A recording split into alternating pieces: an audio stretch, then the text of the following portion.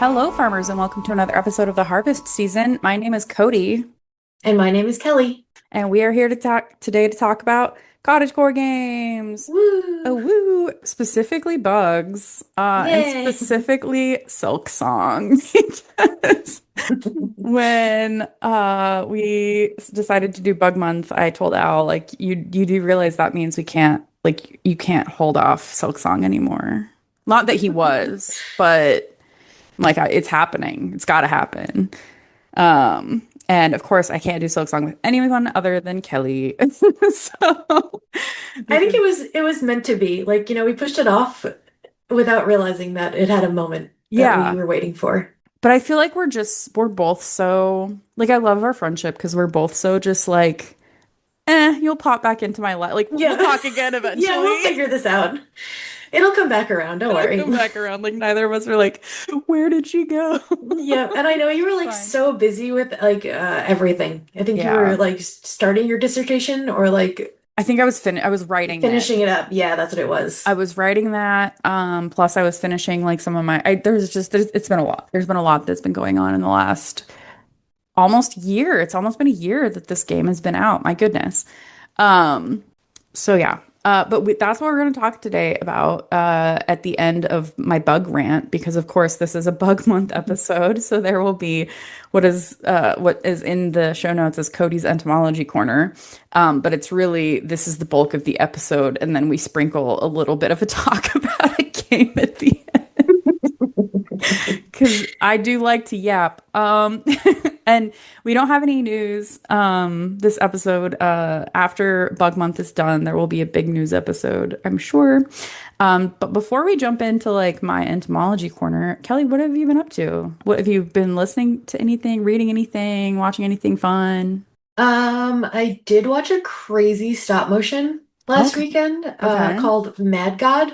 So it was made by Phil Tippett, who worked on all of like the old Star Wars. Um, uh, oh my God, I'm blanking on the word, but like all of the pieces to the old Star Wars that they used to actually shoot the movie when Yeah. everything was physical. Yeah.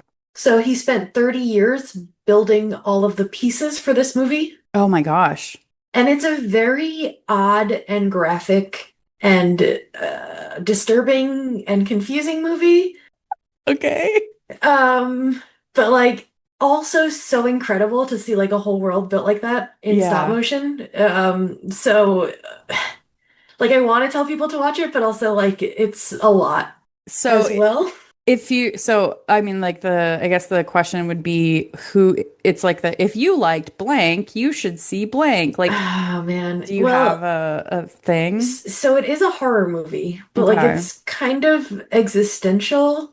Um, Like psychological horror kind of and also like physical horror. yeah, yeah. Hmm. I genuinely don't know. Okay. Well, did you enjoy it? I did enjoy Okay. it. That's I think I was left questioning a lot of it at first, but like after thinking about it, I was like, I do want to watch this again okay. because like it was very interesting. Okay. Um, but besides that, I've been playing Esoteric Ebb, which is like a D&D RPG game. Mm-hmm. I don't know if you've played like Disco Elysium, but it's very similar to that. I have not, but I know about of it. So So if you do like games like Disco Elysium, it's very similar to that. I would recommend people who like that game to play that. cool. And it's like medieval. Well, I'm a sucker for like the fantasy, like Hmm. medieval realm of things. I am also not in a place to do like a story though. No, and it's so unlike Disco Elysium, which has like a ton of voice acting, this is all reading. Mm, So I think the game would not have taken me as long if I was not trying to read every single ounce of information. yeah. That can be really difficult because like you might be really into it like one time that you're playing, but then you might pick up the game and be like, I just want to hack and slash. But Exactly. but you can't because you have Yeah. to read.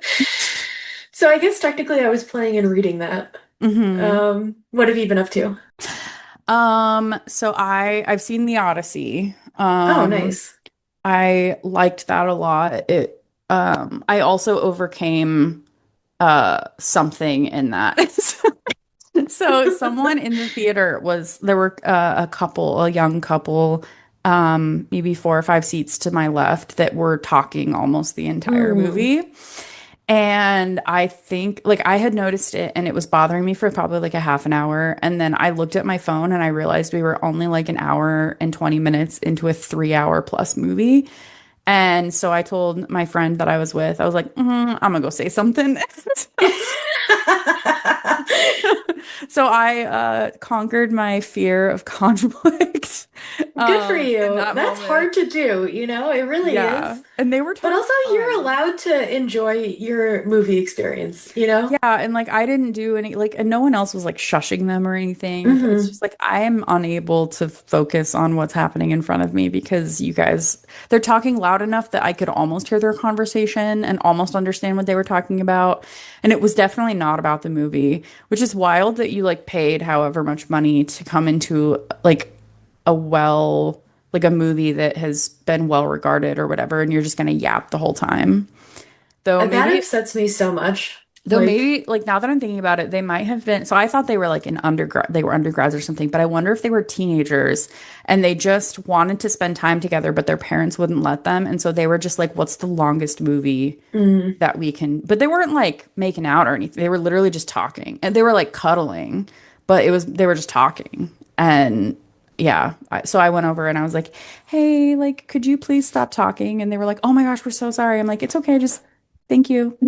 Like, oh, that's good that they had like a good reaction. oh, Because, they were very like, yeah, so they probably just did not realize whatsoever. Like, which is yeah, sometimes people are just not aware. But like, yeah, no, I've had that issue come up at concerts, where like the person behind me will just like literally be talking. And like I try to yeah, give them, grace to see if they'll stop. yeah. And like, what was it? I was at like a Modest Mouse concert, and this woman was speaking through 7 songs. Oh my gosh. And like, I have a high-pitched voice, and she had Yeah. a very high-pitched voice also, and I know that that carries. Like, I Hmm. know my voice carries in between like the bassiness of like all of the music coming off the stage? Yeah. She was talking about like absolutely nothing related to the concert, like at top volume. So I finally turned Mm. around and I was like, I'm so sorry, like, can you please like lower your voice? Like, it's all I can hear. And she like flipped out on me. Oh my gosh. And I was like, okay, well, I paid to be here to listen to the music, not you. So you Hmm. can move or shut up. Like, I don't care. I'm standing here. Yeah. And she had an attitude with me, like to try to be tough, and then she shut Hmm. up. Okay. So I was like, well, you thought you were tough, but like, I don't care. Yeah, I don't care. Just let me listen. And like, Yeah, I just want to enjoy the concert. yeah, and like 7 songs, some bands only have like a limited set Yeah. list. It's like that's basically like that might be almost all of the songs at that point. Yeah, I like knew that they had like I think it was like halfway through. So I was like, because they were Okay. doing an album. Got it. But I was like, okay, this is absolutely absurd. Like this is Yeah. too long now. Like I let you talk for 7 songs. Please shut up. Please. Go Yeah. stand by the bar if you want to talk. Like, Yeah. Just somewhere but else. it's hard. So good job, getting up and going to talk to them because I definitely Thank spend like that you. time also amping myself up to do it. Yeah, there was like I told my friend about it and he's like, "Oh, I can't really hear him." And then at one point he leaned over, he's like, "Okay, I can kind of hear him now, like I get it." But he was like on the other side of me and then like I was like, "I'm gonna go say something." And he's like, "I'm proud of you. Go for it." Like, he Hmm. just knew that I was like seething silently. But I wasn't gonna like I'm not the kind of person to just be like shh like shush Yeah. someone like pat like I'm gonna go over and just say like hey heads up like you are just disturbing my movie. Yeah, and like honestly, like I think that's the best way because I would also want somebody to tell me. Like I've been in a position where I'm talking and not Oh yeah. realizing. Like, I think just go over and say like, can you please be quiet? Like that's Mhm. I don't think I've ever once been like, no, I'm gonna talk louder, actually. No, actually. Yeah, that's nuts. So that's what we've been up to. Woo. Okay, so moving on to Cody's Entomology Corner. So I always start this off with questions, and Kelly has decided that we're going to talk, she's going to ask her questions like in the middle of like while the episode's going, like as things come up, which is great. But in the Slack, there were a couple of really good questions. So Stuart, for example, has a question and he said, "What are the thoughts about collecting bugs? Cody talked about nets and pins and stuff, which obviously means the bugs are going to be quite dead after." is the general opinion that is the general opinion that that's okay. I'm fascinated by big Victorian entomology cases, but they're not exactly in wide supply. Are we good to make our own collections? And he said, not that we have any super exciting bugs from a display point of view, where it's from. And another person on Slack, Ryan, said, so basically, is it cool to kill bugs and display their carcasses? Which I like both these questions because I also love the Victorian display cases hmm and like also just like all of the displays. hmm I have looked into a few classes by me, Mm. but I'm sure you're going to talk about it. But like it's all about like ethical hmm harvesting, right, of the Correct. bugs. Yeah, okay, because that's like with every animal. Like I also like taxidermy, hmm and like that can be so questionable. Yeah. It really Um, depends on, yeah, like it depends on how you are harvesting them. Like if you are just out there, like with taxidermy, like if you're out there with a gun, just like killing all of the lions so that mhm. you can taxidermy them, not great, you Yeah. know? And we had a whole period of time where we did this a lot. And then people were like, wait a minute, this is not great because hmm like organisms like the Tasmanian tiger, or Tasmanian wolf, like I can't remember exactly what it was called, but that was something that was hunted to extinction. There are many other animals that have been hunted to extinction hmm because people want to have a big shiny display or like taxidermy or whatever. So yeah, it's a really good question, especially so this is something that we talk about quite a lot in entomology, and it's something that is still continuing to be discussed because in most research avenues, if you are working with vertebrate animals and some fish, you have to have like specific, you have to go through a specific and rigorous protocol to make sure that like to prove before you even do your research that you're going to take care of these animals, that they're going to be in good health, that if you do have to euthanize them as part of your project, you are going to do so humanely. Like you have to basically step by step prove to the researching body at whatever institution that you're at that like you are going to take the appropriate steps. That does not exist for bugs. Oh, It does I was not. gonna say that's so reassuring for animals, I guess, because there's Yeah, definitely been so many cases of abuse in that yeah, regard. But yeah. the bugs, poor bugs. So yeah, invertebrates are not something that is within that realm. I mean, part of that is like we don't have a good understanding of like their, pain. Like how do we know when they're in pain, or how do we hmm know? Like we don't have a very good understanding of that. So it's a little difficult to create standards if we don't have that information. And it's going to be highly dependent, based on what you're studying. However, there are a lot of entomologists, myself included, that think that before you do anything, I do a lot of collecting, and I make sure that whenever I do any collections, I seriously consider what am I going to do with my bugs? Like, what, after I collect all these data, and then I can say things about, where I caught things, how I caught things, et cetera, what's going to happen to all of these insects? And not only the ones that I'm interested in studying, but also the ones that are caught as like a consequence of it. So like think of someone who's fishing and they throw a hmm net and they catch all of these fish that are part of their fishery, and they're going to sell these fish to their fishery, but they also catch lobsters and sharks and like other things that are not what their target is. And that happens a lot in insect research as well. So we put traps out like for bees, but these traps don't just collect bees. It's not, it's hmm not like these traps are sitting in the environment. And if like a beetle comes around, the trap is like, no, you are not chosen. So it's something that not a lot of people have considered, but it's becoming more common to start thinking about the ethical ramifications of our capture. I think the general consensus is that it doesn't harm the environment as long as you don't have those traps out like in perpetuity, constantly Hmm. running. So a lot of us will do just snapshots. So I would put traps out for maybe a week or maybe like a couple days. And I would only have so many traps in the area so that I could make the inferences that I want to make from that information. But I won't like just have it in every square inch of like I won't have traps everywhere. So even if you are impacting the population at the area that your trap is, there's still like so much more forest or so much more whatever your habitat is that you are not touching. Um, It's almost kind of even like mushroom collecting, mhm, where, like people are only supposed to harvest like a section of mhm, wild mushrooms so that like the rest can continue growing and they're not like just wiping out an entire area of those mhm. mushrooms. But I think that's like a really good approach. Like that seems like so I can't even think of that. Like conscious, I Mm-hmm. guess. Yeah.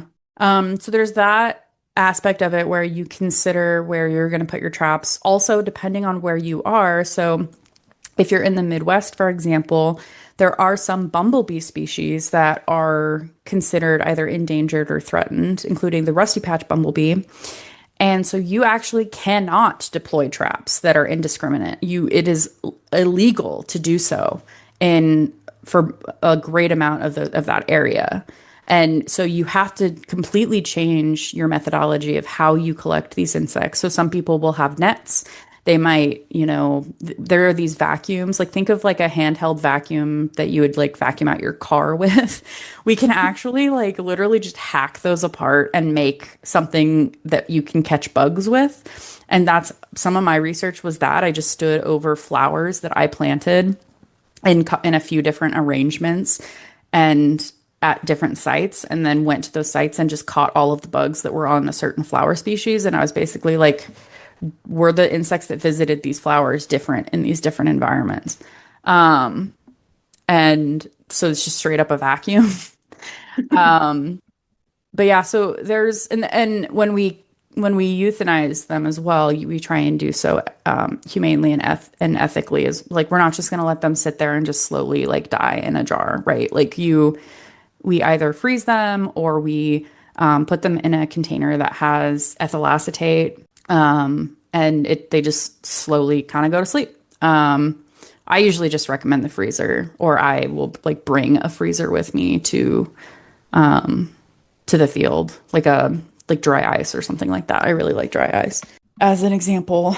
Um, so it's kind of an it depends question. If you are, and it depends on like why you are doing what you're doing. So if it's for scientific research, it's generally considered okay. But then even within that community, like what are you doing with your bycatch? What are you doing with the bugs once you're done? Like, are you just literally like, oh, I studied them all, now I'm going to toss them in the trash? Or do you have plans to donate them to an institution in your area?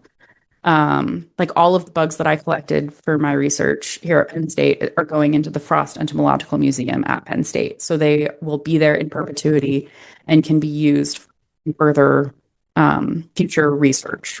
And then going to places like I've gone to a couple of things like beetle school in Arizona and fly school in Costa Rica. And there are people that go on those and just kind of are collecting everything that they can because and that's, fine as long as they're not collecting every single thing, You want to make sure that you're collecting like a representative.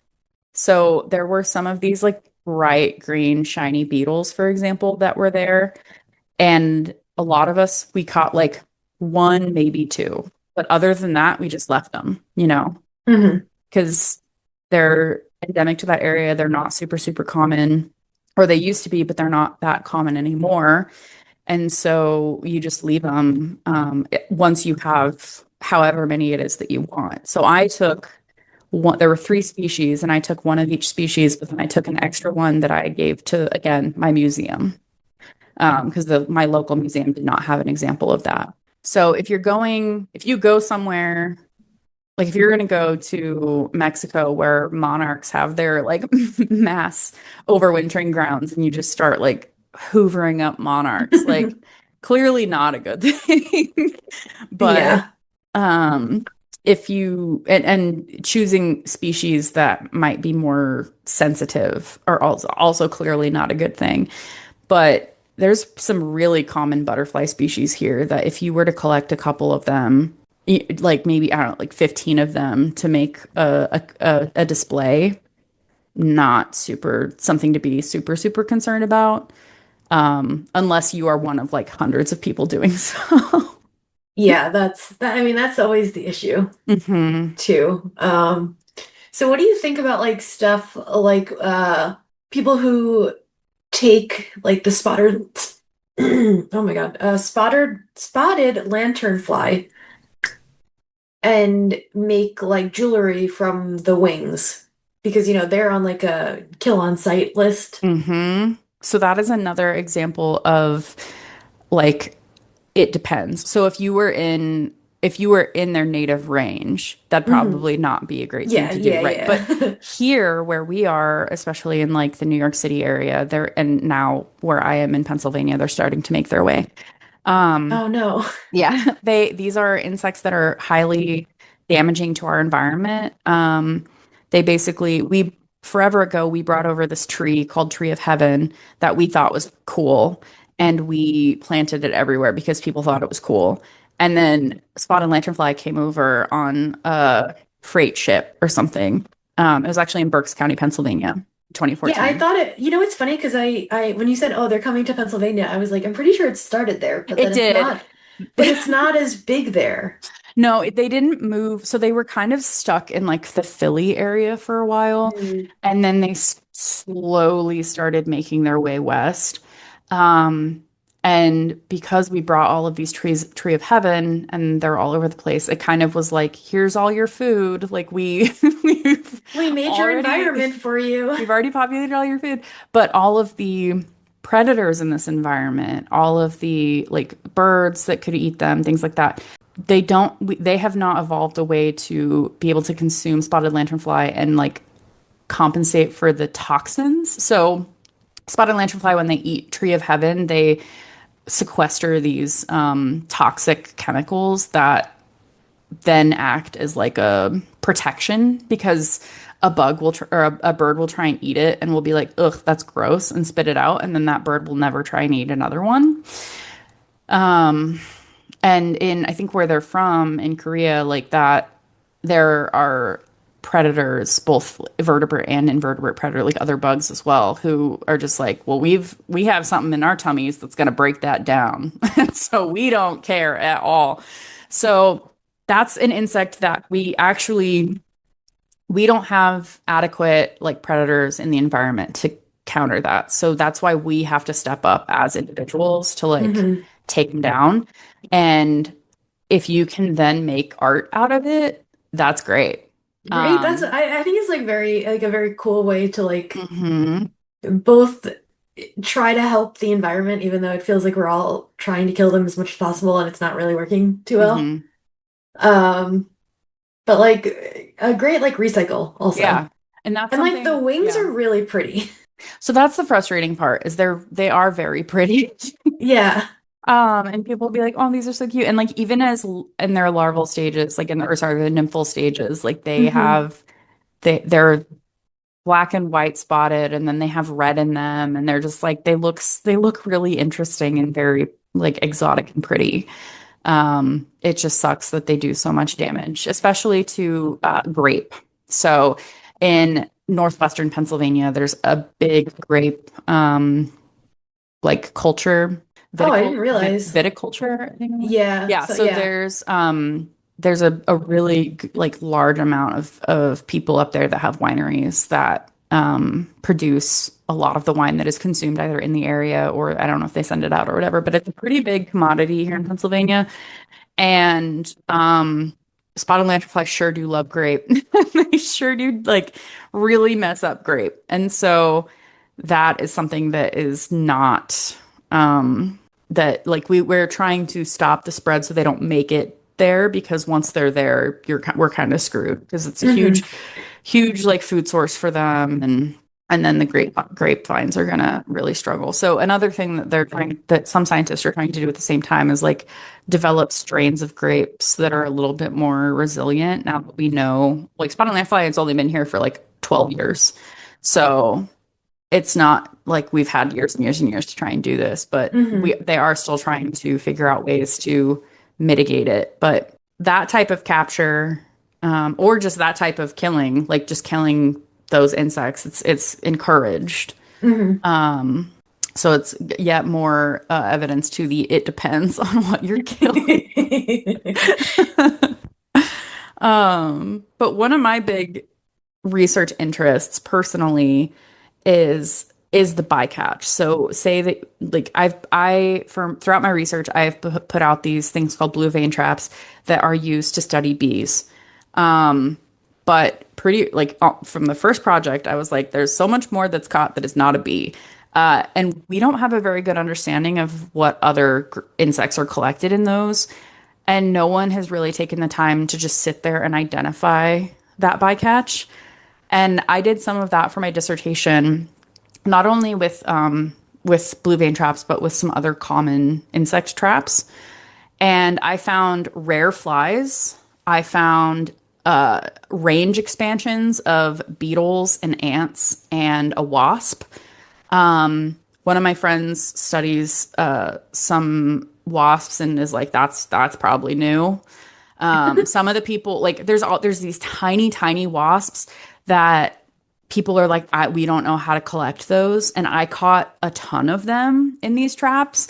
And so these are things that are collected and are probably being collected in how like all of the research projects that are occurring monitoring insect populations across the world and people don't even look at it. They call it, it's so funny because we call it bug soup because it's literally like we put it in a jar and it's just a bunch of bugs in ethanol and it just looks like bug soup.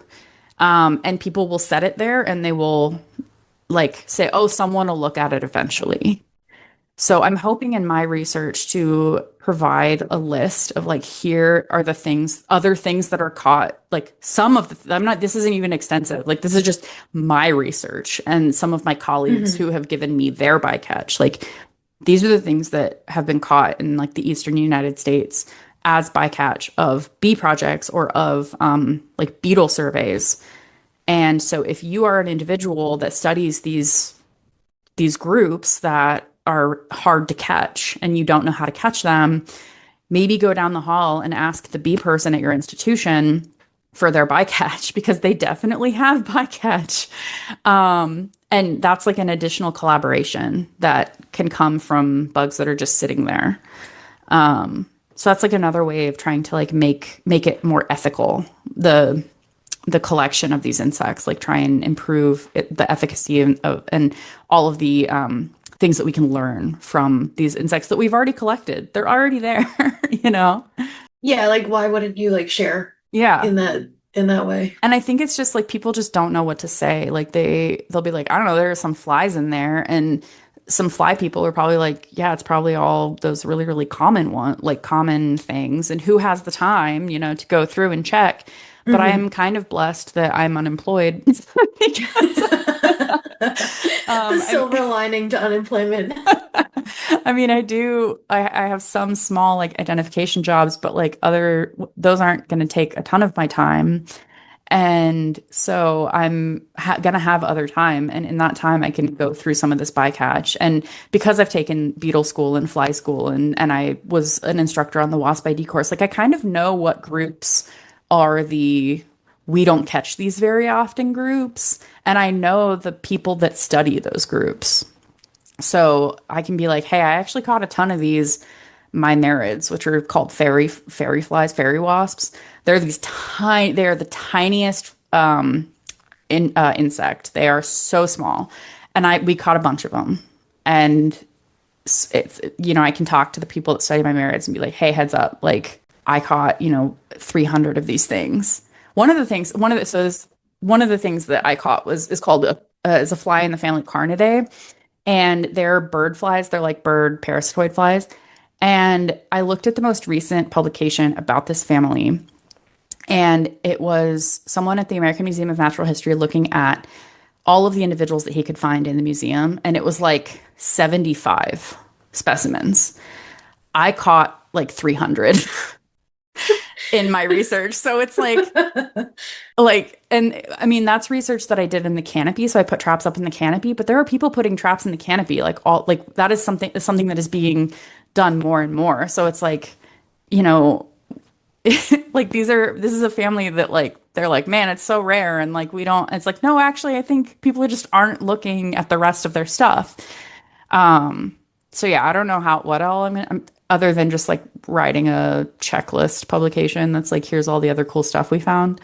Hmm. I still have to figure out exactly what I want to do with that information. But I mean, I'm all for sharing it. Like, I think I'm going to present at a conference in November about it. But Oh, that's so cool. It's like support information or like yeah, bug well, networking. it is. And it's something that, it's not like sexy. Like, it's not like, oh, I Hmm. discovered a new thing that, like, I found a new stick insect species or something like that. Like, I mean, it's possible, but you have to sift through like a lot of dead Hmm. bugs, and your girl loves sifting. So, So it's perfect. I mean, it's like the people who put out like free programming and yeah, like stuff like that. It doesn't usually get applauded or like it's not like a thrilling, exciting job, like not sexy like you said, yeah, but like it's a vital to the community. yeah. And So I think that's really mhm. important and like really nice for you to do also. Yeah, I'm blessed that I'm in a situation where I can do that for a little bit. And I'm hoping that if I get like a publication or two out of it, someone will be like, "Hey, do you want to keep doing this, but like being paid for Hmm. it through this museum or something?" I'll be like, "Yeah, I would love that I mean, actually." that would be so sick. Yeah. So, or like have people that do research. This, like some of my friends have already said, like, "Hey, if we're going to do this study, like if I gave you the flies, how much money would you want to like identify the flies?" I'm like, "Well, I can only get them to family right now. Like I can't get them like all the way down." But it's like that's another thing. Like I could just be a contractor of like send me your stuff and I'll identify it for you, and then hopefully like increase the footprint of these bugs that you've already caught. So Hmm. well, that was a very long-winded answer to what is the thought of collecting bugs. Well, we covered both questions, right? It's So, true.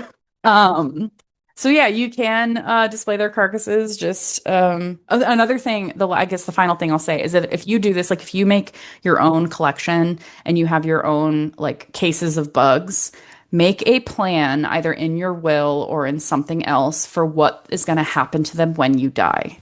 So there have been so many entomologists that have passed away unexpectedly that we don't know what their wishes were with their bugs. We don't know, and their spouses are like, we don't want these. Like, please get. I've been wanting these out of the house for 50 years. Like, get it out of the house. And a lot of people will either just sell it or they'll just trash it, and it's just like no. Like that's so sad. there's like some people's lifetime of just like going Hmm. on trips and collecting bugs, and it's like pick like one institution or pick an institution that you have spoken with and told them your wishes, and you have like some form of agreement where it's like, okay, the insects that are from Africa will go to this African institution, and the insects that are from Asia will go to this Asian institution. So there's like you can do that where you can pick like where they go. But it is something that you kind of have to set up beforehand. So, Yeah, we don't have communication with ghosts fully down yet, unfortunately. unfortunately, there's a not a Ouija board for For for that lawyers. for entomologists and figuring out where we want our bugs. Okay.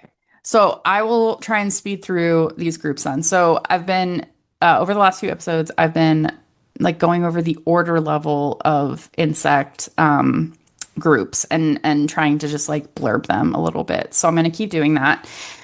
So last time we talked about winged insects up to and including the group known as Polyneoptera. And this week we're going to discuss Paraneoptera, which is the last like group, last of the groups except for Holometabula, which is like a really big group and has overwhelmingly the most diversity of insects. And I'm going to talk about a little bit about those, but then cover some of the hard hitters in the last episode. So Paraneoptera, I loved this on Wikipedia, so I just like took it straight out. Paraneoptera are just all of the insects classified that are classified herein exhibit various reductions or simplifications from the primitive body plan found in Polyneoptera. So again, this is a junk drawer. Like if you don't fall into this other category that is the shiny, like clear category, you're gonna fall over here. And that's kind of where we are at, I think, with understanding where these things fit in. So these include three orders, the lice, the thrips, and then the hemipterans or the true bugs, which like is a big contention about like what the word bug means. And I'll talk about that when I get to that point. So the order Cicodia has the bark lice, the book lice, and the parasitic lice. So real quick, the bark lice are really important decomposers. They break down things that like are pretty weird, like fungi and algae and lichen. So these are things that other organisms are not going to be interested in because a lot of other organisms like plant material or like other animal material, but the bark lice are really good at those other weird things. Book lice are called book lice because we first found them eating the bindings of old books. So they are a little different physically, but basically they really like that kind of like old glue stuff. But they also have some decomposing ability in the wild because they don't just exist with books. They just really like books. And then the big group is the parasitic lice. Kelly, do you see that word? Yes, I do. Do you want to try and say that word? Um, is it Theraptera? So close on the end. So this, I hate this every time I have to say this. Can I just say it's a PHTH, It's which is crazy. correct. It starts with PHTH, which you basically just make those two sounds. So it's Thaptera. Like, or sorry, Okay. Thaptera. Oh my gosh. So Theraptera? yeah, Okay. but you have to make both of those sounds. It's so stupid. But I think the PHTHIR mean is just like the old English word or the Greek maybe word for louse. So this Okay. literally just is like lice, wingless lice is what this group is. And they aren't always wingless, but we normally find them when they're wingless. Like individuals might, these are going to be the parasitic lice, and they might have wings to move between hosts, like say, not between hosts necessarily, to find a host. So if one louse is on like one body and then it needs to move to another body, like in the next generation might have wings and might move, but then they will drop their wings and then they won't move anymore. So there's a couple groups that have that kind of life history where they might give birth, not give birth, they might like have young that are winged, but then those wings don't last. Like they will throw them off once they find a good host. Um, Parasitic lice are obligate parasites, so they rely on other organisms to live in, consuming other organisms, usually like the blood of other organisms. So there's the chewing lice, which they will live in your hair and the hair and the feathers of whatever the host is, and they'll feed on the skin and the debris. Whereas the sucking lice will actually pierce your skin and will feed on your blood or other secretions. Ugh. Yeah. So there are like, I can't remember, I think head lice are a chewing louse. So Okay, like, that's what I I was don't, gonna say that is chewing lice, right? Okay. yeah, I don't think that they like suck our blood, but they will consume our like dead hair, Hmm. whatever, and what like that kind of stuff. But not fun. And I mean, even just like talking about this, like I'm sure folks know about head lice and you probably feel like you have lice on your head right now and like you want to Hmm. scratch your head. And unfortunately, there is an entire psychiatric disorder that kind of comes from this, and it's called delusory parasitosis or delusional parasitosis.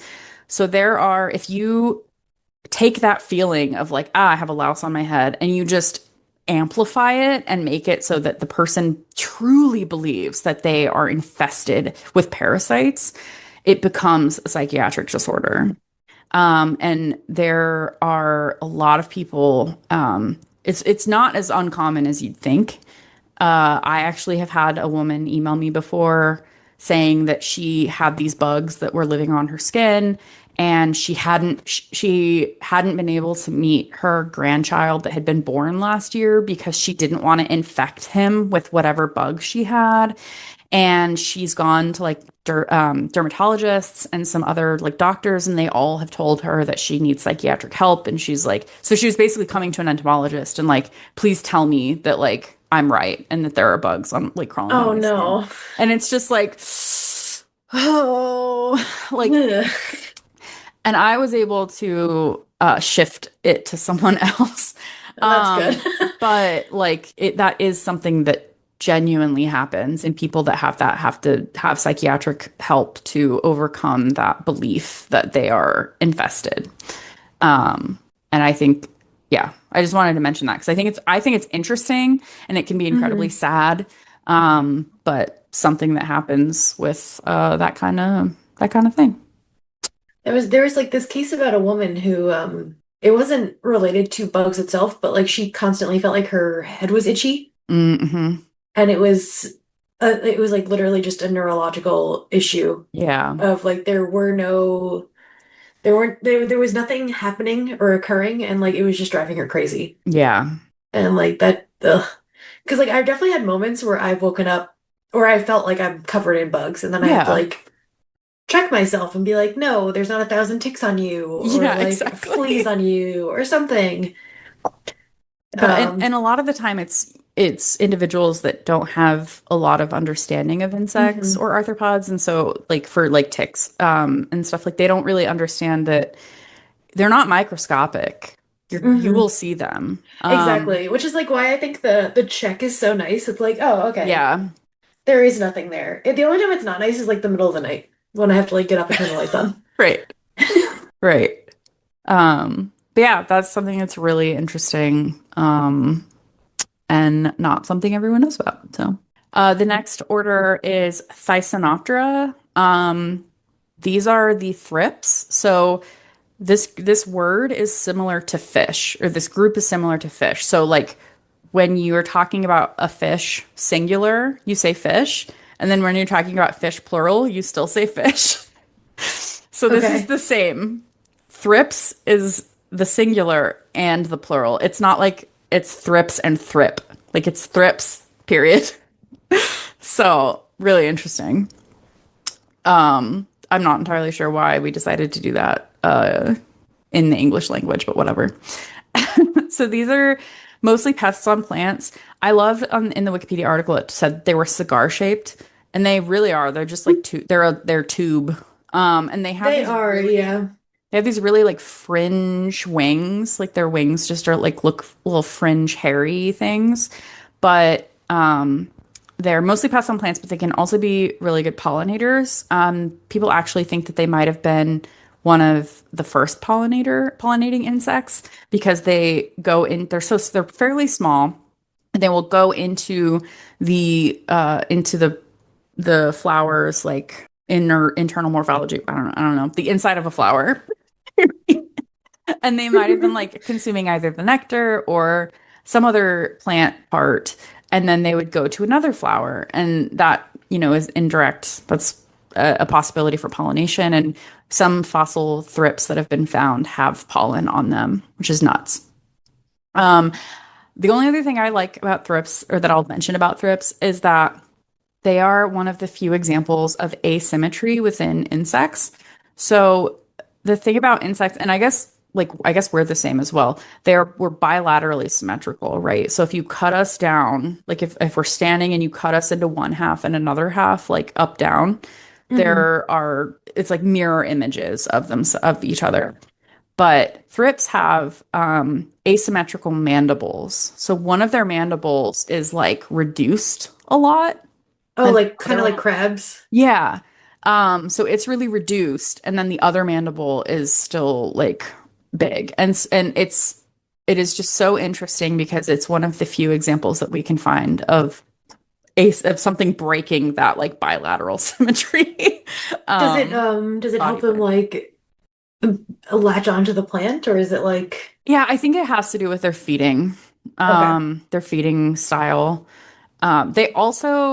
They also do make this damage on plants that is called cat facing damage because they say like people have said that the damage on the plant looks like a cat's face. But I looked at a ton of photos and I'm like, I don't know what people are seeing. I was about to say I've never heard that, but I did have an issue with them on a plant, and it did not look like a cat's face. Yeah. I don't They know about that one. I don't, but I that's just one of those things like when I have competed in some trivia, like bug trivia hmm things, and like that's like they'll be like, oh, what kind of insect makes cat facing damage, or like what kind of damage does thrips do, and um, it's just like I don't like it says this, but I don't know what kind of cats people were looking at when when they named it that, but it was not good. Uh, Okay, the last Paraneopteran group order is Hemiptera. This means half-winged, so hemi and then ptera. And this includes the true bugs and then things like cicadas, leafhoppers, aphids are in here. Just that kind of like a lot of plant pests that you'd think of are in this group. The defining feature of them is that they have a beak what's called a rostrum. And it's that all of their mouth parts, instead of having mandibles or like a tongue or whatever, they just have like a pokey bit and they just jam that thing into the plant and Is it have like like sorry, go on. they jam that thing into a plant and then they have enzymes that come out of their salivary glands and just like liquefy the plant and then they just suck it up. Um, Unless they're like they also might feed on either the xylem or the phloem of the plant, and so they'll like find those things, but they basically have a stabby bit, but they won't stab people because unless you really mess with them, because it's not a defense thing, it's not a weapon, it's literally just their mouth. So is it like the little mouth that comes out in Alien, like inside of them, inside their mouth, or is it? Um, I mean, yeah, as long as if it was a straw, basically. Yeah, yeah, like not like fully protruding, Yeah. I'm sure as far as that either, but similar concept. Yeah, they just have it's just like a little lance that comes out of their face at some point in their face. And Interesting. it's really funny because a lot of these there's four what are called suborders within Hemiptera, and three of them end in rinca, which is means snout. And it's basically just saying the first part of the word is basically just saying where their snout comes out of their body. So,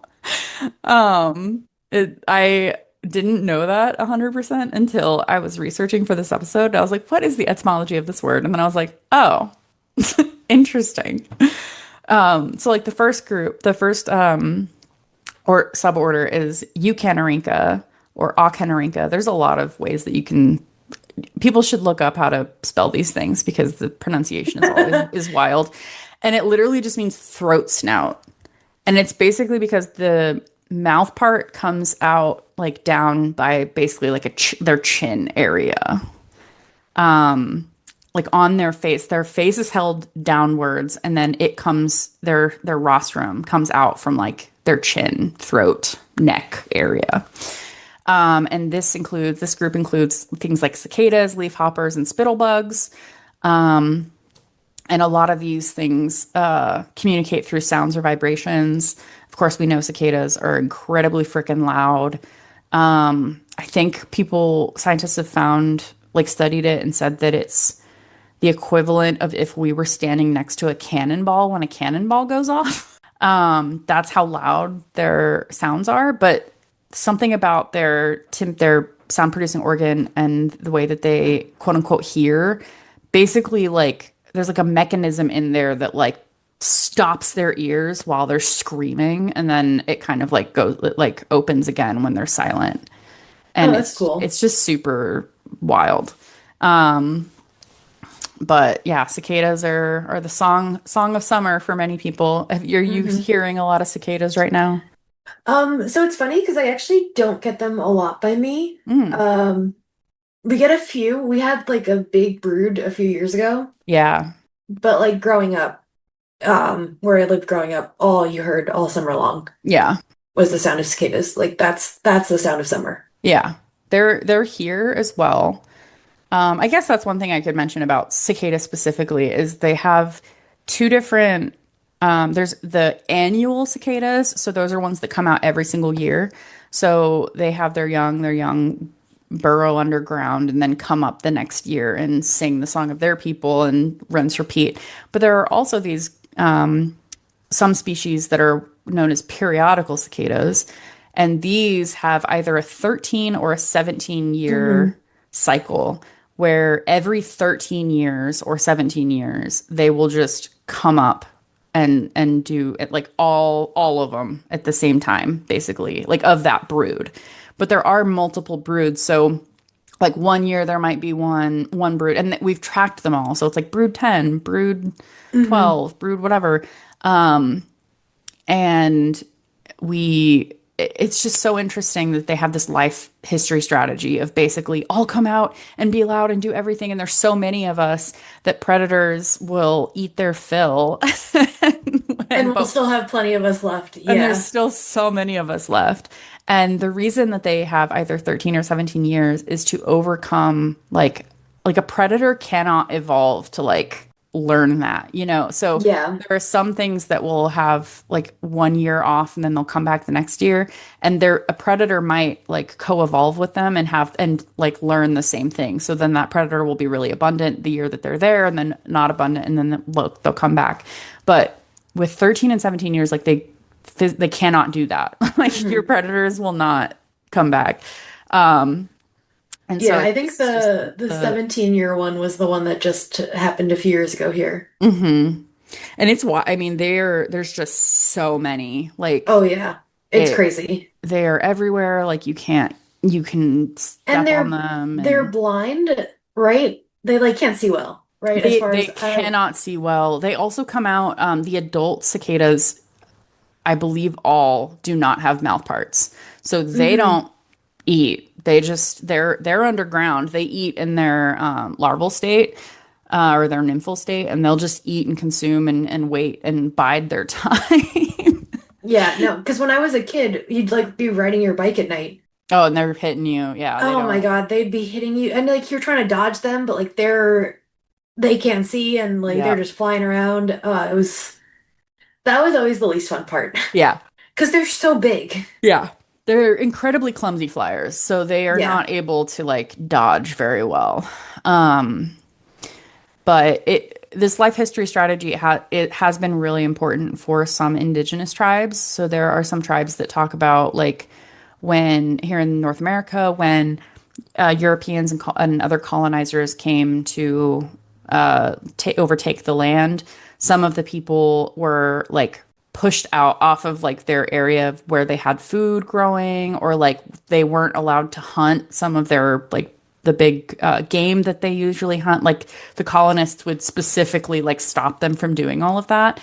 And then like one of the tribes had that situation going on and they were like almost dying, but then it was a cicada year and like one of the periodical cicadas like came out and they basically were able to survive because and they called it like they said like it came from like a deity gave Hmm. them the cicadas because it basically it's completely saved their lives.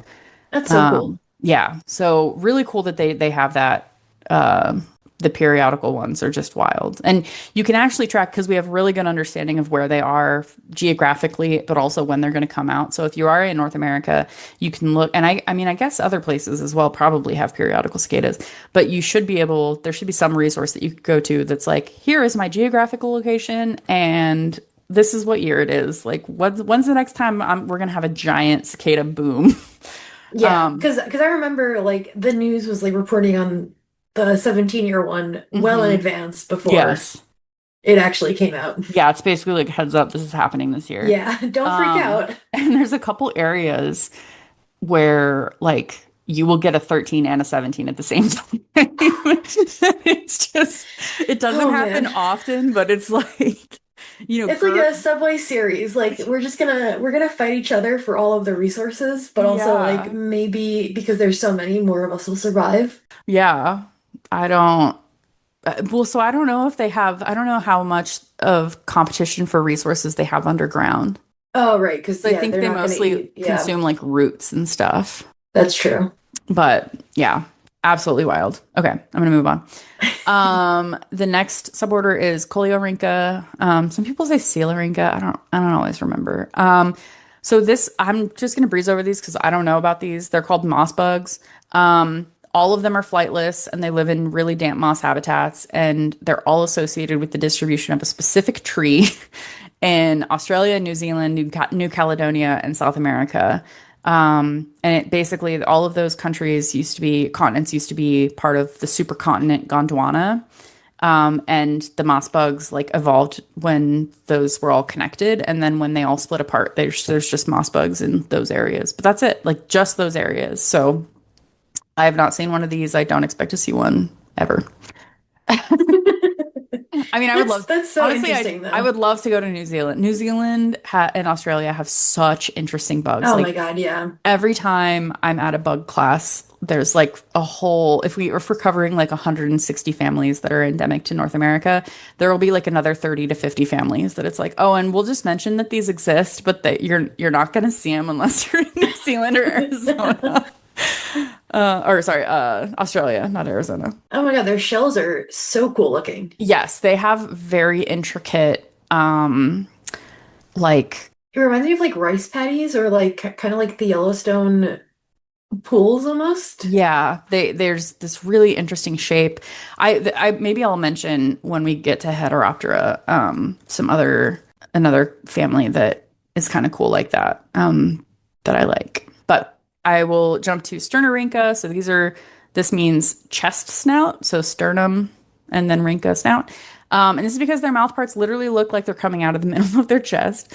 So there are some groups that I'm like, oh, is this a louse? Is this like a bark lice or is this a psyllid? And I will just look, and if their mouth parts are coming out, it like literally in between first pair of their legs. It's just like there's like a little like boop coming out, and it's just like, oh, okay, it's a psyllid. Like because otherwise some of these things look very, very similar to some of the euchenerynkins. Or sorry, some of the lice, the Codeians. So really interesting. This also includes aphids, whiteflies, psyllids, and scale insects, which Those are last two are my nemesis. yes. So psyllids, scale insects, and aphids are all whiteflies to a lesser extent, but these are Yeah. all things that are incredibly hard hitting economic damage, like Hmm. entire crops. Like there is currently a bunch of aphids and psyllids, and I think scale insects down in Florida that are devastating the citrus crop. Oh no. And it's pretty much like, say, like enjoy limes and lemons and oranges while you can, because like these things are just going gangbusters down there. But I love my And citrus fruits. I know it sucks. And we I don't even mean, have good peaches this year because of how hard Jersey got hit. But that's not bug related. That's yeah, different. but it's just they're not some not fun ones here for sure. Hmm. And like there's some of them are so hard to get rid of. Like I Yeah. can't even imagine it on a commercial level. Yeah. Well, scale insects basically they just look like they're called that because they just can flatten themselves up against Hmm. the bark of a tree, and then they look like the bark of the tree. So it's like Hmm.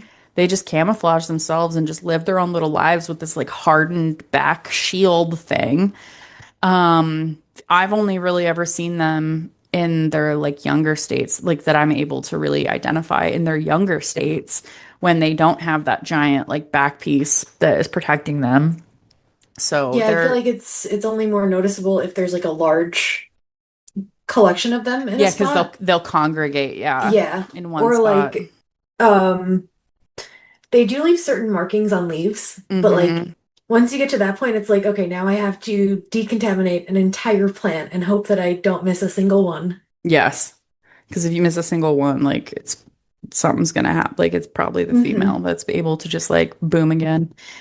And I will say this group, I mean, any of these insects, but specifically Sternorhynchus, it's not only that they consume so much of a plant, they also have a lot of like viruses that are co-evolved with them and will live inside of them, like in their salivary glands, that they will then transmit between plants.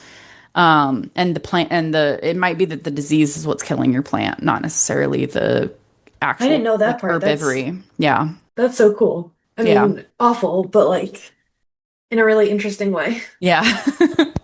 So a lot of there's a good amount like if it sucks because my research is in like conservation and biodiversity, but if I Hmm. switched to pest work, I could get a job so easy because there's so much research being done on pest insects and how to mitigate them, how to like eradicate a specific pest without just destroying all of the other insects in your area.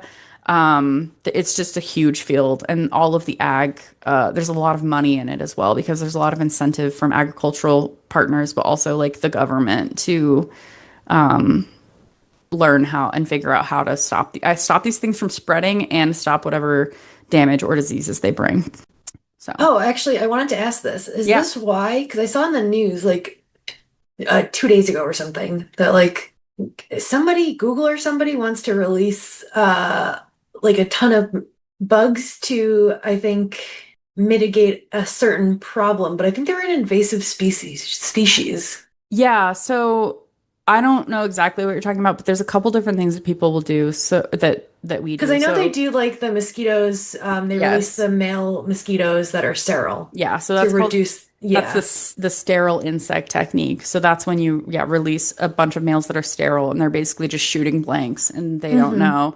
And then like a lot of insects once they copulate, they might put in what's called a copulatory plug. So like a male might mate with a female and then that's it. Like she can't mate again because there's like something physically barring another mating attempt. And then it's great if he was sterile.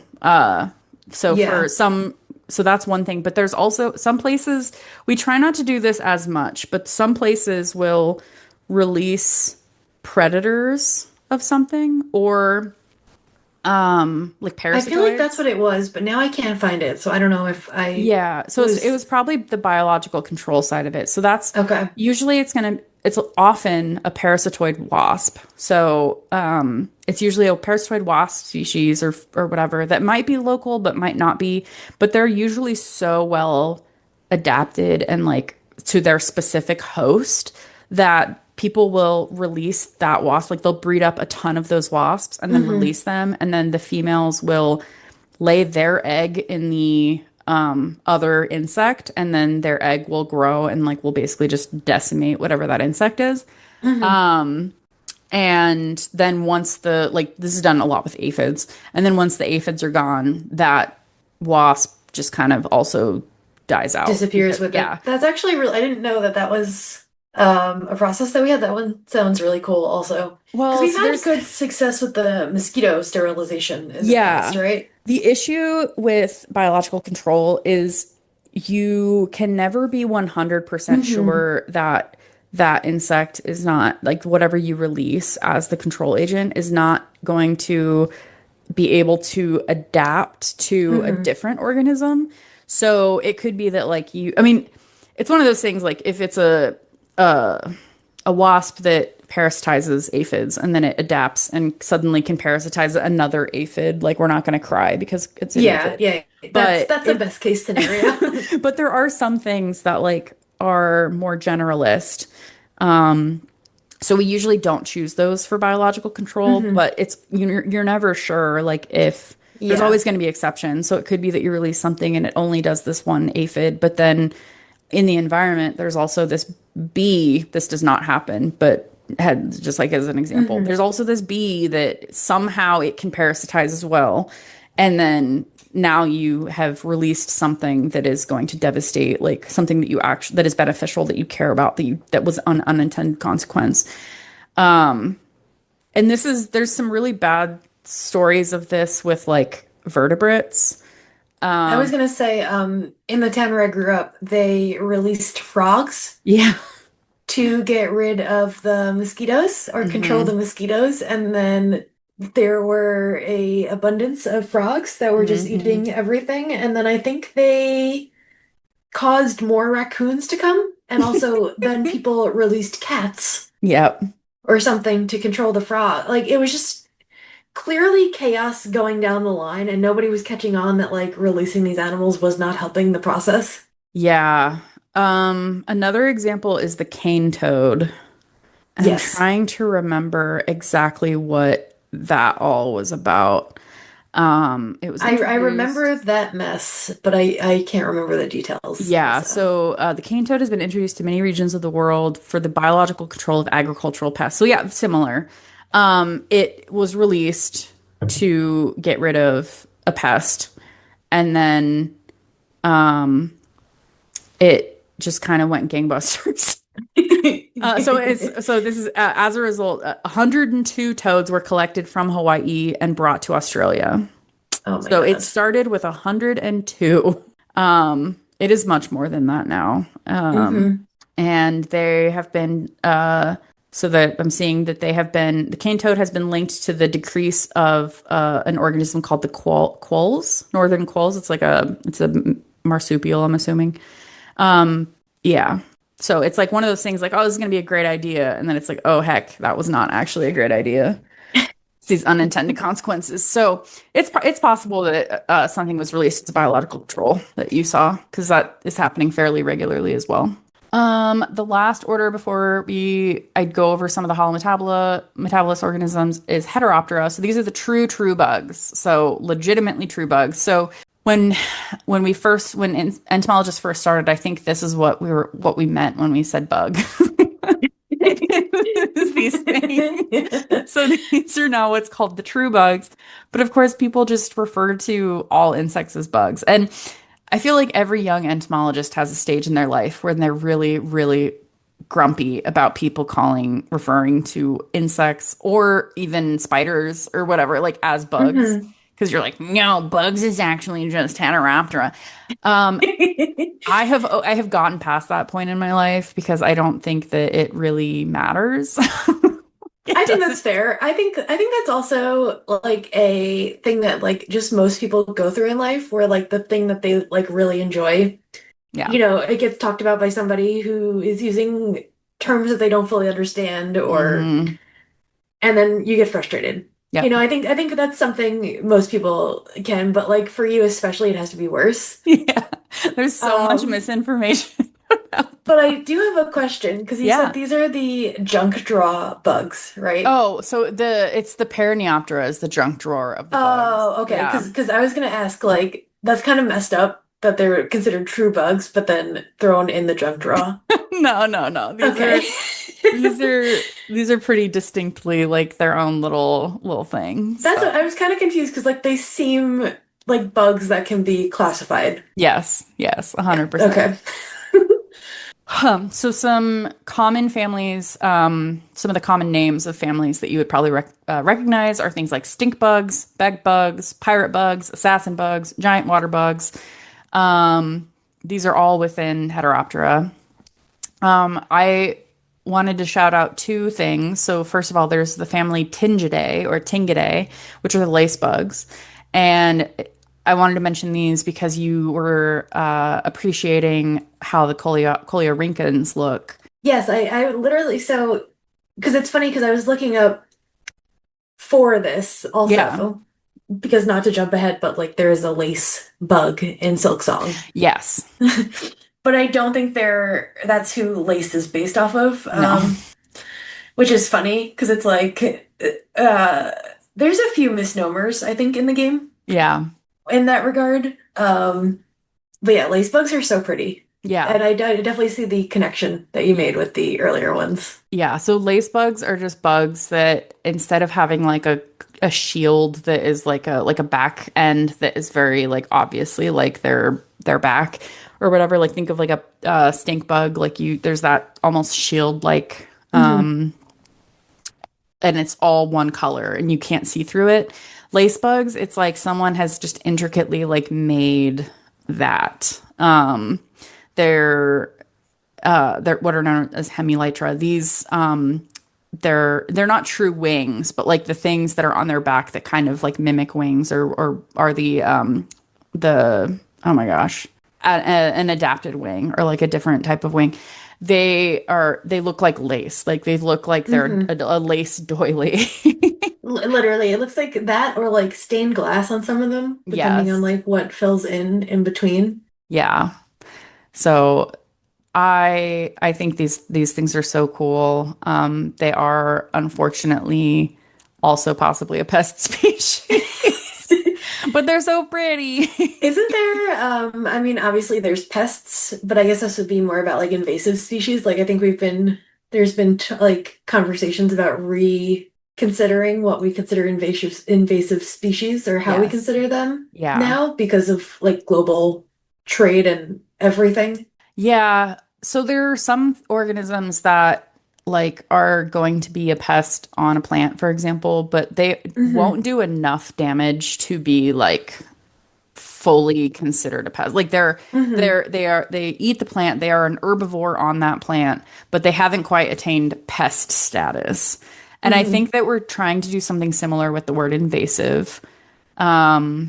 Because I mean, thinking about it, a lot of these insects, if given, like if we weren't here to facilitate their movements, they would Hmm. move. Like they're gonna Yeah, move around on the environment. If exactly. they'll either adapt or like the climate will shift a little bit, and so they will move to a different geographic location. So talking about them as invasive is assuming that they belong one place and they are outside of that place. Hmm. And so that is something that like we're trying to think about how to talk about. And I think my where I fall is I would consider something invasive if we facilitated its movement into another area and it is now like a pest in that area or like Okay. damaging Okay. in that Like area. I agree. I think like the lanternflies kind of go with this because like Yes. they wouldn't be thriving as much if we hadn't brought the trees over Yes. first and created that like perfect environment for them. Yeah. So yeah, okay. And like That's interesting. if they had made their way over here at some point, like they would not have come on a ship, right? Like they would have had to Hmm. go like, through the proper channels. Like no, they would have like come over like through a land bridge or something geographically Hmm. in such a way that like they would have predators that come with them, like and Yeah. things that follow them that are also a part of that make it so that when by the time they get here, they can be a fully functioning like part of the ecosystem and Hmm. maybe not damaging. Like they aren't 100% pests where they are naturally because they have so many like natural Hmm. predators and stuff. But by taking something and putting it into an area where there is like no protection from it and they're just going wild, I think personally that can be considered invasive. So, No, I think that's like a really cool way to look at it too, and like mhm. makes sense because like we intervened in such a way that like we skipped the natural order of everything. Yeah. Yep. There is also, I will say, there is a sociological standpoint of it as well. So, Hmm. a lot of these insects that are considered invasive, that are damaging here in North America, come from Asia. Hmm. And there are people that have equated this to the people that come here as well. Hmm. That, Yeah, like, I've definitely seen some like racism going yes. on within that, unfortunately. Yes. And so that I think that's another thing that we need to be cognizant of when we're speaking Hmm. about invasive species and about like that kind of thing. Like I think because Asia is so the geography, the climate, et cetera, et cetera, of Asia is so vastly different and has just such completely different biodiversity, but Hmm. is not too different climatically. It Yes. allows things like things that are completely different that like our local areas can't handle, like can come over and can then thrive in this area. But that is very, very different from like a human being coming here and like fitting into the like into the society and whatever. It's Yeah, very, yeah, very yeah, different. And yeah, so yeah. that's something that we also try and make sure that we are cognizant of when we speak of, species from other continents, other Hmm. areas, that we're not saying that things that come from that area are 100% invasive pests, blah, blah, blah. But like, Yeah, like they're bad because they're from Asia. Like, no, yeah, that's no, no, it's not that. There's actually there are some tree species that hmm we have that are having some issues, whether it's with a fungus or with a insect or whatever. But we are splicing the DNA of our native tree species with like an Asian equivalent that is protected against these diseases, against these pests, Oh, that's cool. and creating like a hybrid that is still majority like this our species, but it Hmm. provides that protection. And I think we're trying to save like I think the chestnut that way, and maybe Oh, okay, yeah. like something like that. That would be awesome. Yeah. Like So that it's sounds so cool. yes. The last thing I wanted to mention with Heteroptera is the majority of things in this order are herbivorous, but there are some weirdos. So like assassin bugs, for example, or ambush bugs. Like these things eat other bugs. That's what they do. Hmm. But when I was in Hawaii, I learned about this bug called the YQ bug. I think is how you say this. I guess there's a couple species of it, but the specific species that I learned about is one that lives at the summit of Mauna Kea on the Big Island.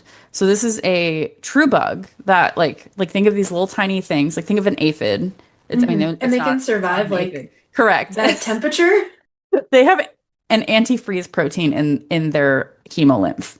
So they are able to not freeze to death, and they live at the top. And so they are from the family Lygeidae, which are known as the seed bugs that for the most part consume seeds. However, this specific species is adapted to consume the dead bugs that get blown up to the summit of Mauna Kea. Oh, that's so cool.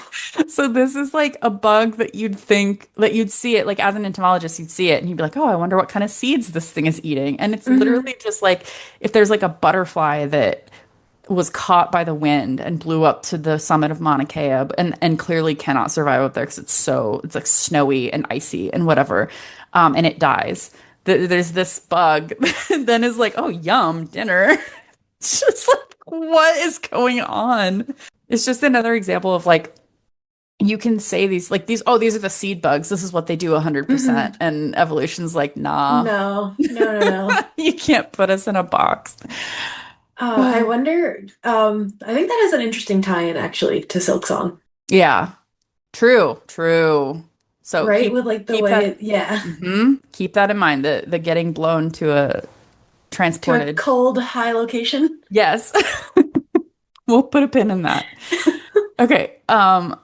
Last thing, holometabola. So this holometabola means complete change, so entire like change.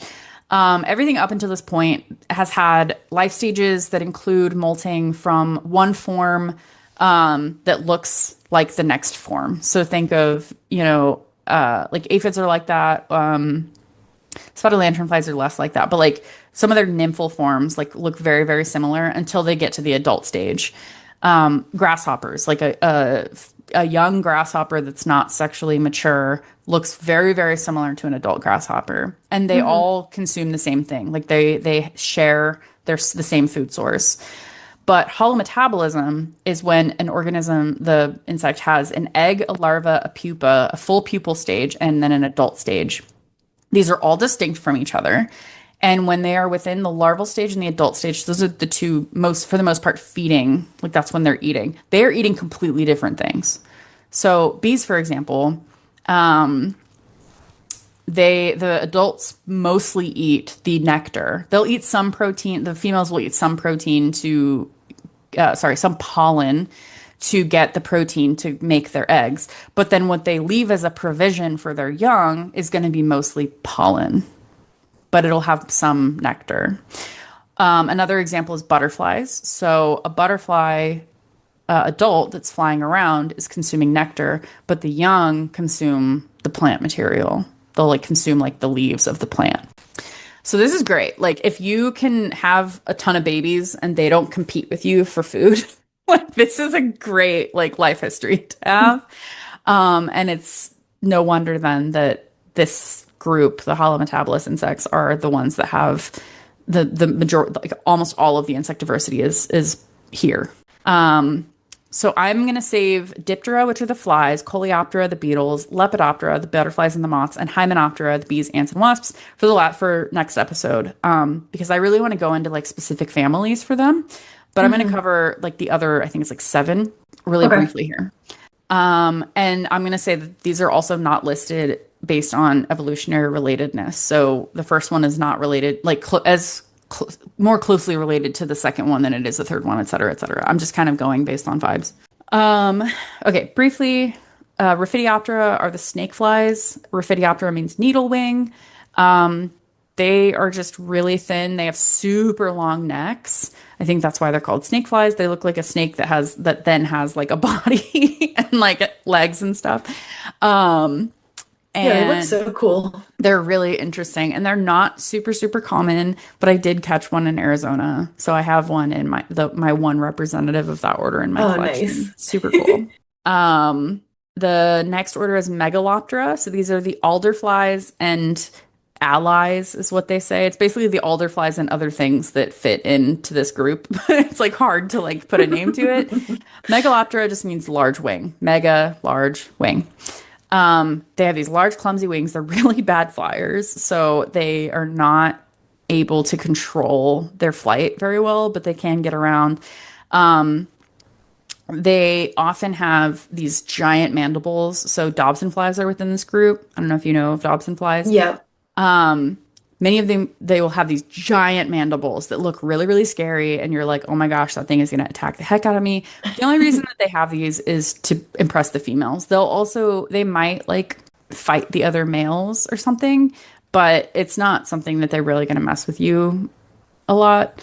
Um, so it's looks scary, but you're fine. And the larvae of Dobson flies are known as Helgrammites. Which I just love that word that it's like there's this thing from hell basically. And they're like very large. They're aquatic and they're very large and people will often like catch these and then use them as bait. I was They're gonna say I use them as fly fishing bait. Yep. Yep. They're also sometimes called toe biters depending on where you're at Mm. because I think it hurts. Have you ever been bitten by one? I was not, Okay. luckily. But yeah, because the young definitely like their mandibles they have a purpose. Like Yeah. Yeah, they do. and they mean business. They look like they have a purpose. Yeah, for sure. The next order is Neuroptera. So these are the lace wings, and this just means nerve wing. And they're so called because they just have a ton of veins in their wing. And I mentioned in a previous episode that the benefit of having veins in your wing is increased structure. Because the veins will solidify and harden and then provide more of a structure for the membranous like part of the wing to help produce flight and drag and stuff. And so these just have a ton of veins. It's like oops, all veins. These neuropterans, lacewings, are super important as predators of things like aphids, not only as adults but also as they're young. This order also includes antlions. So these are things that bury themselves in the soil and they have like a pit they like construct a pit. So an insect might be like walking past and then it kind of falls into this like pit and then the antlion will like come up and just like like grab it and then pull it under and eat it. I think Are that they has in Africa or they're here. I think oh, are they? yeah. Okay. I was trying really hard. I think I found an adult, but I didn't find any larvae. I just wanted a photo of the pit Yeah, when I that's was in so cool. Arizona. But yeah, they're in North America as well. Hmm. I'm trying to maybe like they're called antlions because they make a pit. Like people Maybe. used to have lion pits and like you'd fight in them and stuff. Yeah. So I will say a fun story about neuropterans.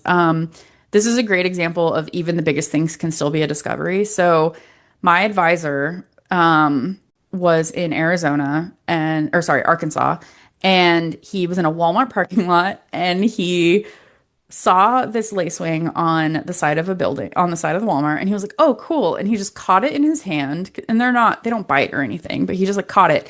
And he went in and like bought milk and whatever else he was there for. And then he came back.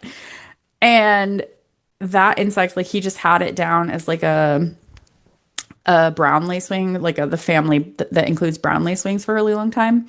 And then while he was teaching, like in my class on Zoom during the pandemic, while he was teaching us about it, he pulled out the giant lacewing to show us, and he was showing it as an example of a brown lacewing to look at like the veins. And we all had like pictures of what the vein structure of a brown lacewing looks like, and we're like, like this is and he was also like, wait, this is and he kind of like pondered a little bit because his whole job is like identifying bugs.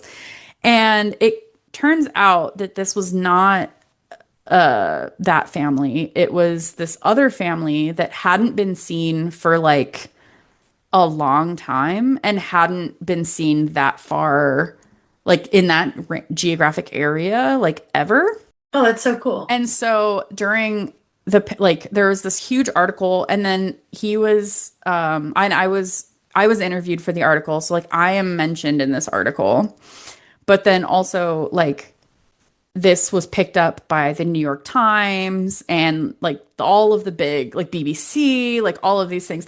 And some of my friends were sending me this being like, "Oh wow, did you see this article?" And I'm like, "You didn't read it, did you?" Because you would know that I saw that article at that time. Let me see. Oh yeah, I said we were watching what Dr. Scavarro saw under his microscope, and he's talking about the features and then just kind of stops. We all realized together that the insect was not what it was labeled and was in fact a super rare giant lacewing. I still remember the feeling. It was so gratifying to know that the excitement doesn't dim, the wonder isn't lost. Here we were making a true discovery in the middle of an online lab course. That's my claim to fame. I was quoted there.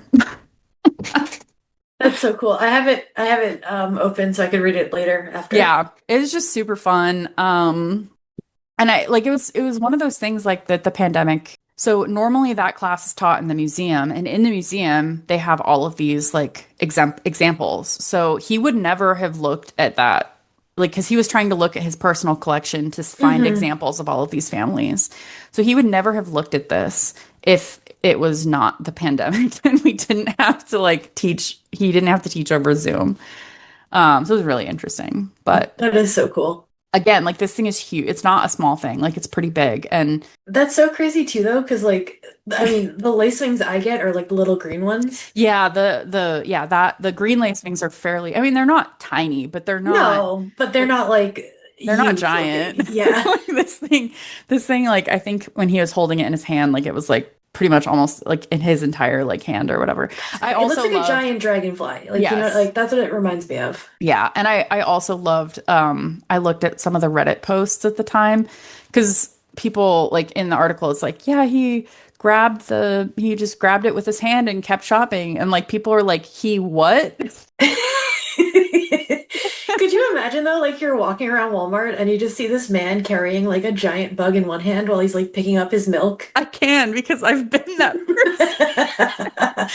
like it's just so funny that like I'm like, oh yeah, of course he did. Like he was there, he didn't have anything with him to like put Hmm. it in, but he still needed milk, and so like of course like he did that. But just looking at the comments and people being like, excuse me, it's like, oh yeah, we're weird, aren't we? Only um, a little bit. yeah. In a good way. The next order are called the strepsipterans. These are the twisted wing parasites. And their strepsiptera means turning around wing. And they're called this because their wings are this really weird shape and they kind of fold them up in weird ways. They still have so instead of forewings and hind wings, like having two full pairs of wings, they Hmm. have the front pair of wings has been adapted, like evolutionarily changed to be these like it helps them orient. I don't really know how to describe it, but like as they're flying, so they only fly with their back wings, and then this attachment that they have helps them orient while they're in flight. And the flies also do this. So, little bonus for about flies, Diptera, two wings, because they have their four wings only, and then they have these halteres, which are these appendages that help them like navigate and orient during flight and like stay in the right plane of existence. But strepsipterans are the opposite. So they have their four wings are the ones that are like evolved to be this like orienteering thing. But that's not the only place. That's not all. They're cool for other reasons as well. In the fact that they are parasites of other insects, where it's not that they lay eggs that parasitize the other insects, they themselves do. So a female will hatch and she'll have wings and she'll fly and find a host. And this host could be a bee, a wasp, a cockroach. I think some plant hoppers have some. And the female will go onto the abdomen of I think it's usually the abdomen. That's where I've seen it with wasps that I've seen, and she'll burrow in between the segments of the abdomen, and she burrows in and she drops her wings and she attaches, and she will then be there for the rest of her life, and she'll like consume the hemolymph of the insect, and produce eggs. She will, well, before she produces eggs, she attaches, she starts consuming hemolymph, and she emits a pheromone that attracts the males, and the males come and mate with her while she's still embedded in the other insect. So, like, imagine you have a tick on you in a place like you can't get to it, like you can't get rid of it, and then another tick comes, like another tick comes along and like mates with it. It's like, come on, like, leave me alone. Can't get just single break. Like, please. So yeah, she will admit those the male female will come, and the males are always winged. Um, and I actually, so I found like when you find a female in like a trap, for example, it's within another bug. So all of the ones I've found have been in either wasps or a couple bees, but it's like you're looking at the bee under the microscope later after you've like pinned it and everything, and you're like, oh, there's a strepsipter in there. Like there's something sticking out there. And it's like, oh, cool, I have a female. And the males are pretty uncommon to collect. And I found like maybe 10 in my trap residue, and it was like striking gold. Like I was ecstatic because I had been looking through like I think I identified 50,000 insects during my project, and like finding these things, I was like a kid at Christmas. I was like, this is so cool. Like I have a male strepsipteran. Um, yeah, I guess that's it. They're just not very common to see because the males just mate and then die. That's the life. And also really interestingly, the thing that they're most closely related to are beetles. Wild. Oh. Yeah, not what you'd expect. Last three. Okay, Trichoptera. These are the caddisflies. Trichoptera just means hairy winged. So these are very closely related to butterflies, but butterflies have scaly wings. The larvae are aquatic, and people will use them. They like make this silk protective case around them to protect themselves. And people will raise caddisfly larvae and give them like turquoise and other things that the larvae will then make into its case. And it's like a piece of jewelry at the end of it. And people will use this and sell the jewelry. Like they'll wait for the larvae to leave the case and become an adult and leave and whatever. But then people will sell that as jewelry, which is That's really so cool. cool. Yeah. I also have a caddisfly case that I got in Arizona. I saw it and I picked it up and I was like, oh, there's not a caddisfly in here anymore. Interesting. But what I did see is there was a beetle in there. So this caddisfly larvae just grabbed a whole ass beetle I need to, I'm gonna take a photo and send it to you. It's like put it on the Slack because it's literally just a beetle that's like stuck So did and it was like eat it or like what? no, it just got silked into and like t tied Oh, into the case. Like it was an aquatic beetle, so it's one of the aquatic beetles. Like I was catching some of those beetles just existing. They're aquatic as adults, but it's just stuck. that's so funny. Just imagine you're swimming around and someone grabs you and makes you part of their clothing. You're Basically. coming home with me. Yeah, exactly. So interesting. Caddisflies are another one of the groups that are really important for in relation to water quality, and they're really important for fly fishing. Like people will try and make their flies look like a caddisfly. Okay, Mecoptera. So these are the scorpion flies, and they're called that because they look like scorpions. So the really big family is called Panorpidae, and we have these in Pennsylvania, so I see them fairly regularly. And the adult, it's the fact that their hind end is like structure. It looks like a scorpion tail. Hmm. And I can't remember if it actually has venom or not, or if it's just used to stab. To I like, don't think it is because I've seen these before. Like I've seen them when I would visit my family in Pennsylvania, hmm and I remember being horrified hmm and them just being like, "No, you're fine. Like Yeah. It's not gonna bother, like it won't not bother gonna you. I hurt don't know. you." It might be something that like they fight each other though. Like a male fights another Maybe, male. yeah, something like that. Because Also, it's like they have like freaky faces, right? Like they have like a long nose or something. yes, their Yeah, I know they're like faces. weird all around. They have a lot going on. But yeah, their faces, they have like this really long snoot. Like think of like an anteater almost. Like it's just like a long, elongated snoot. It's a Um, very interesting bug. it is. And the adults are scavengers, so they'll eat dead bugs that they find, including from spider webs. So they will actually like take a dead bug out of a spider web and fly off with it. And the spider's like, "No, you kids." Um, and then the larvae scavenge for other insects while in the leaf litter. So all around, they're just good scavengers. But if you've never seen a scorpion fly, look up the family Panorpidae, or we'll put it in the show notes. These things are nuts. Okay, last order is Siphonaptera. So these are the fleas. They are also obligate parasites. They are flattened sideways. I feel like everyone knows what a flea is. Really not a lot to say. I will say I'm always shocked that these are hollow metabolists because my brain always puts them alongside lice, that they're like probably really closely related to lice, but they're not. Like they are, I would have assumed the same thing, yeah, honestly. but they Like, are pretty far away, like pretty distinct. And this is just another example of organisms converging on a certain body plan or a certain strategy. So, like there's a couple different, there's also a fly that did this. There's like flies that have become like louse flies that look like lice, but it's a fly. It's just if there's a niche that exists, a niche that exists. I can't remember what Johnny hated and what he liked when it. How do you say niche or I niche? say niche, I think I say niche as well.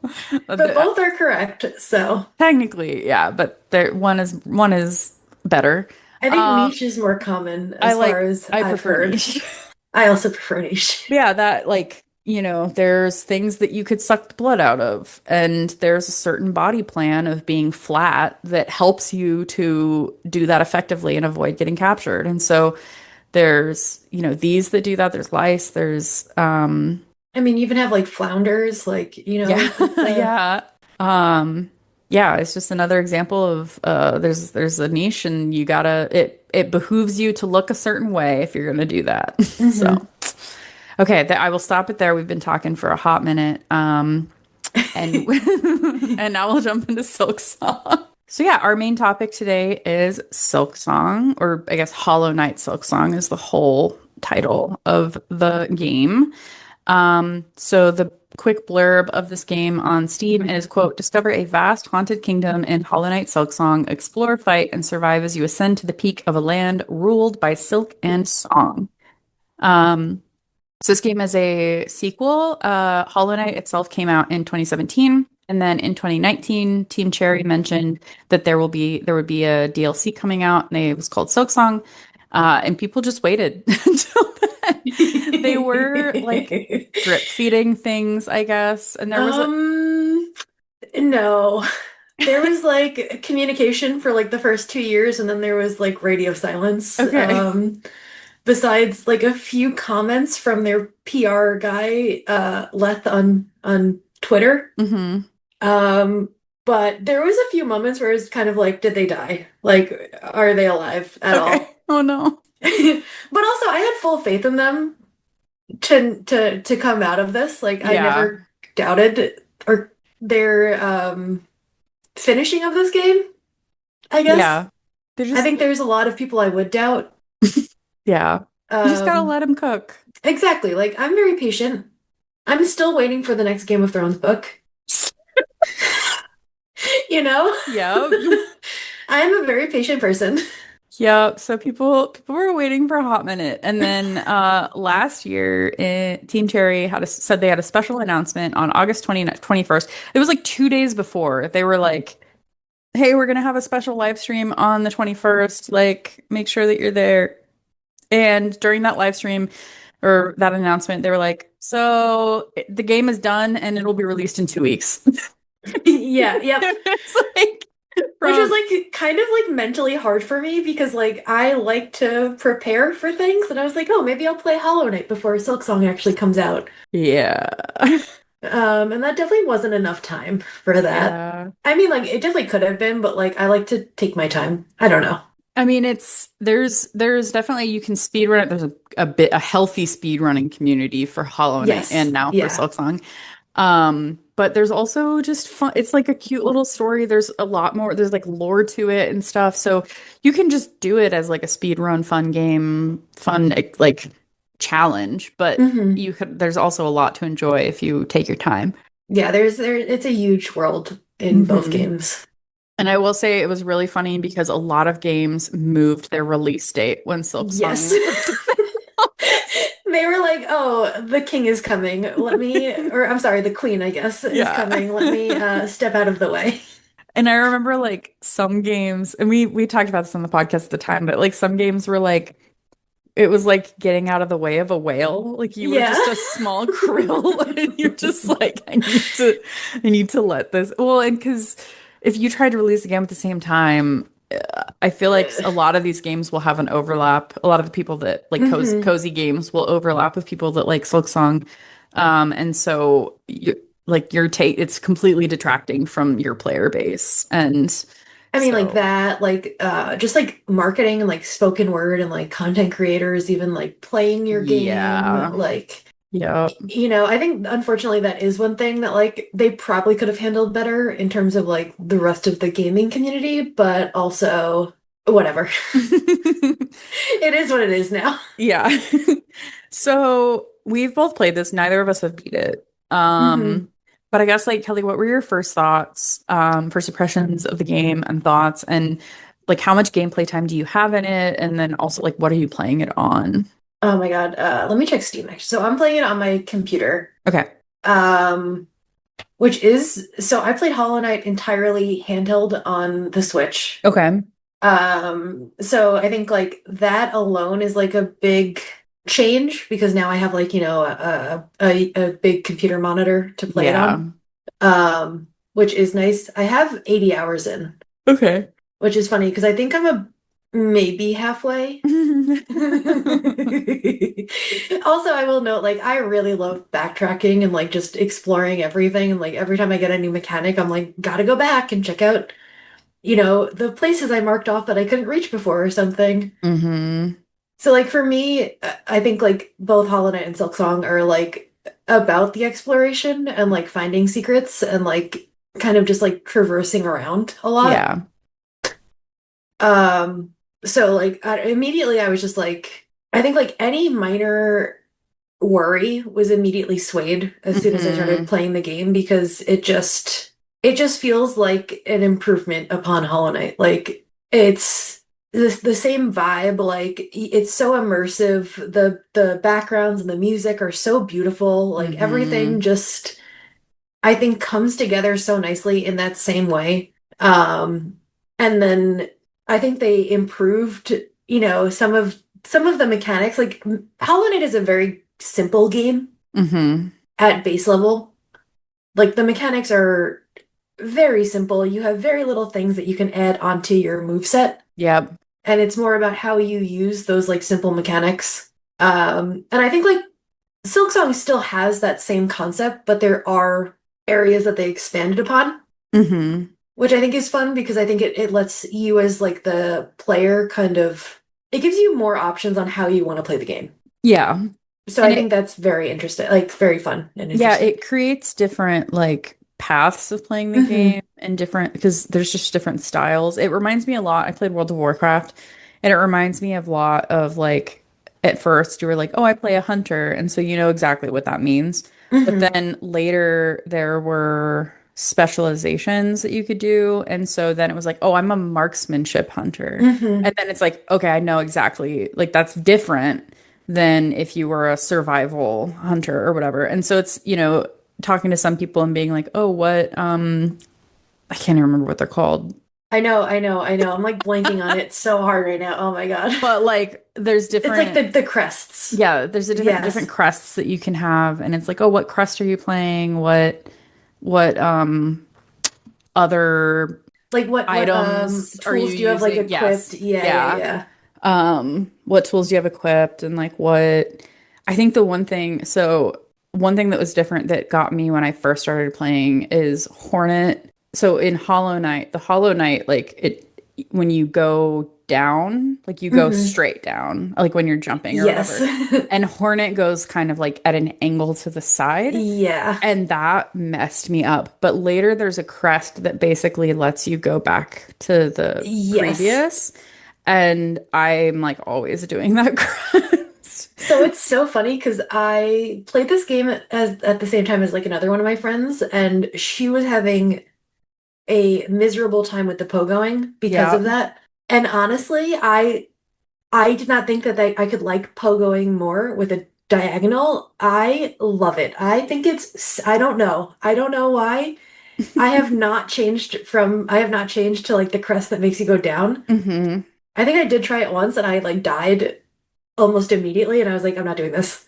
Like, I don't know, my brain, I did struggle with it at first in like that hunter area. Yeah. And then I think as soon as I figured it out, my brain was just like, yeah, you got it. Go ahead. Yeah. So like you're not the only person I've heard have issues with that. And obviously like they have a crest in the game to help you with it. So I Yeah. think that is interesting, like, you know. But yeah, it did mess me up really bad like the first few times. Like I just kept missing everything. Well, and a lot of people like the game was a lot more fluid as well. Hmm. And so a lot of people like saw like you can adjust if you can adapt to it, like you can figure it out. But I just was so, if I push down and I'm trying to pogo off of something, I'm Hmm. expecting to go down. Yeah. So Which it's I just think is like a natural expectation. yeah. But I did want to go back to one thing you said, like about how all of these options give you different paths, Yeah.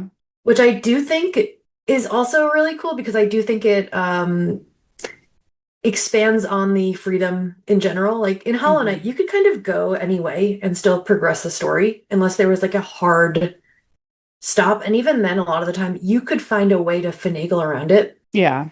And so like you could do the story in basically any order you wanted as long as you hit like a few main markers, you Hmm. know? Um and I think that kind of like having this option to like also do that with your character is like the next kind of step in that as Yeah. well. So I think that just adds like more of this like free movement idea, you know?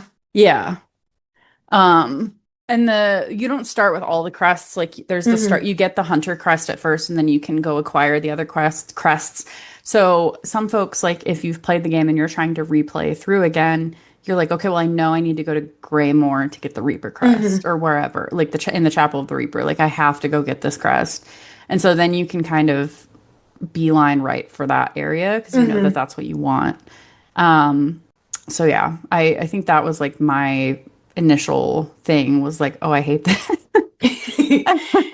But and then there's different like abilities with like the spears, or your, Hmm. like silk abilities, like how you throw your silk, how you use your silk. Because instead of just having like just your sword, or your needle, I guess. You also have these like silk abilities that you can do where you can like throw your Hmm. silk or you can like heal yourself or whatever. And that's just adds another layer of complexity. Like I'm a big like heal person, but Me some too. people just like run in full bore and they have like a silk ability that is offensive rather than defensive. And it's like, well, you know, uh, ain't no problem if I just don't get hit. And I'm like, okay, but I get Yeah. hit. But like I think that also like it's that like goes back to obviously all the different play styles, but like I think that's like what's so fun about the different crests and like the different like the silk and everything. Like Yeah. you can decide, oh, I know I'm not gonna get hit, so I'm gonna take something that gives me double damage but lets me dole out double damage also. Like that Hmm. risk is so high, but also so rewarding if you know that you're like capable of it. Yep. Like I don't really do that one. No, I don't either. That one's not for me. But yeah, like I think like the Silk is like such an interesting expansion on like the magic of Hollow Knight because like you had like Hmm. 4 spells Yeah. and like that's it. And you didn't have any real ability to change how they worked. Like they were just the spells you got. Yeah. So like I mean like there's so much more in terms of like mechanics going on like across the whole game. Like Yeah. you have to think a lot. There's definitely a lot of thinking going on. Yeah. And there's certain things that are definitely better for you in different areas. Like one of the Hmm. tools allows it so that like if you're on lava or something, like you don't take as much damage or Hmm. whatever. And it's like, okay, well, you clearly need that to like get to a certain Yeah. area. So it is kind of more like you're locked in Yeah. to a That specific. one's so good to like switch on and off, but like definitely not like a permanent. Yeah. Which That's again like is like kind of like similar to like the charm setup in Hollow yeah. Knight, but like I like that the way they changed it in the game. Mm-hmm. Um, because also with the crests, you have different slot amounts per Mm-hmm. like your tools and your defensive items and everything. So you can really like customize how you want to use them. Yeah. And then it's fun to like when you're in the game and you remember what all of these things mean and then you're like and Hmm. then you see like someone else's play and you're like like set up and you're like Hmm. what is going on Yeah, here? like what do you mean you're not throwing poison traps and poison arrows at everything? Like what do you mean? I do the same thing.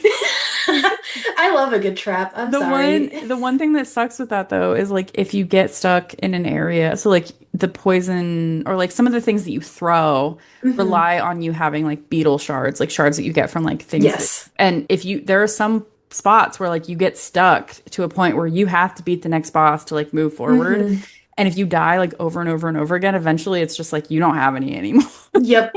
Yep. And That's it's why like, I have hoarded a I had a stockpile of like hoarded shards mhm. to like crack open, which I do really like that and the beads Yeah. that you can like make them into a somewhat more permanent item that Yeah. doesn't disintegrate if you die too many times. Yeah, that like kind of evens out the rough edge of a Yeah. roguelite or a It rogue it's game. it definitely it gives you some sort of comfort. Yeah. Like, oh, I have all this money, but I'm actually just gonna string it Yep. together so that when I die, it doesn't go anywhere. Like how smart. Just put it on some rosaries. Hell yeah. Okay, so I want to talk a little bit about the story. So Hmm. Hornet herself is one of the bosses that you fight in the original Hollow Knight game. So you see her from the perspective of having to fight her and she's like formidable.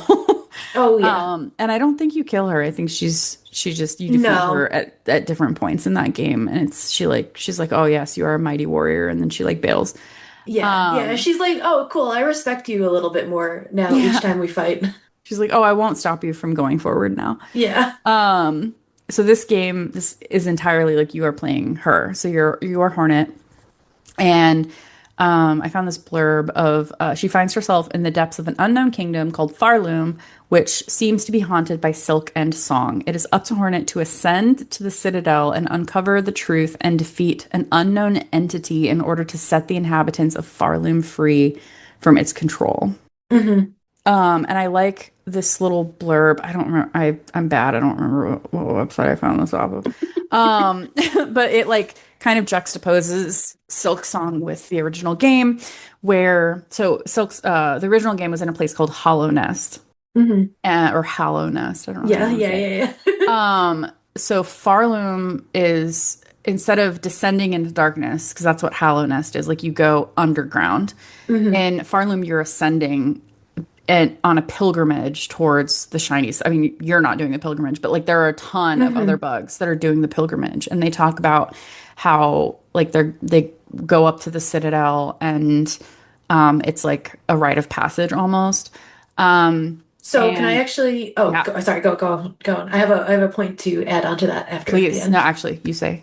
So I was gonna say, I think it is very interesting because so also between the two games you have a lot of like religion. Hmm. And in Hollow Knight, there is a loss of your gods. Yeah, So like the gods are all dead basically, or like the one that has taken over is rotting everything to its yeah, core because the other gods died. yeah. Um, and you're descending into the darkness. But in Farloom, you have all of these pilgrims heading towards the sacred land essentially to make Hmm. their pilgrimage. And they get to ascend. Like I think Hmm. that's just like it's very simple, but like also I think continues this like theme really well. Yeah.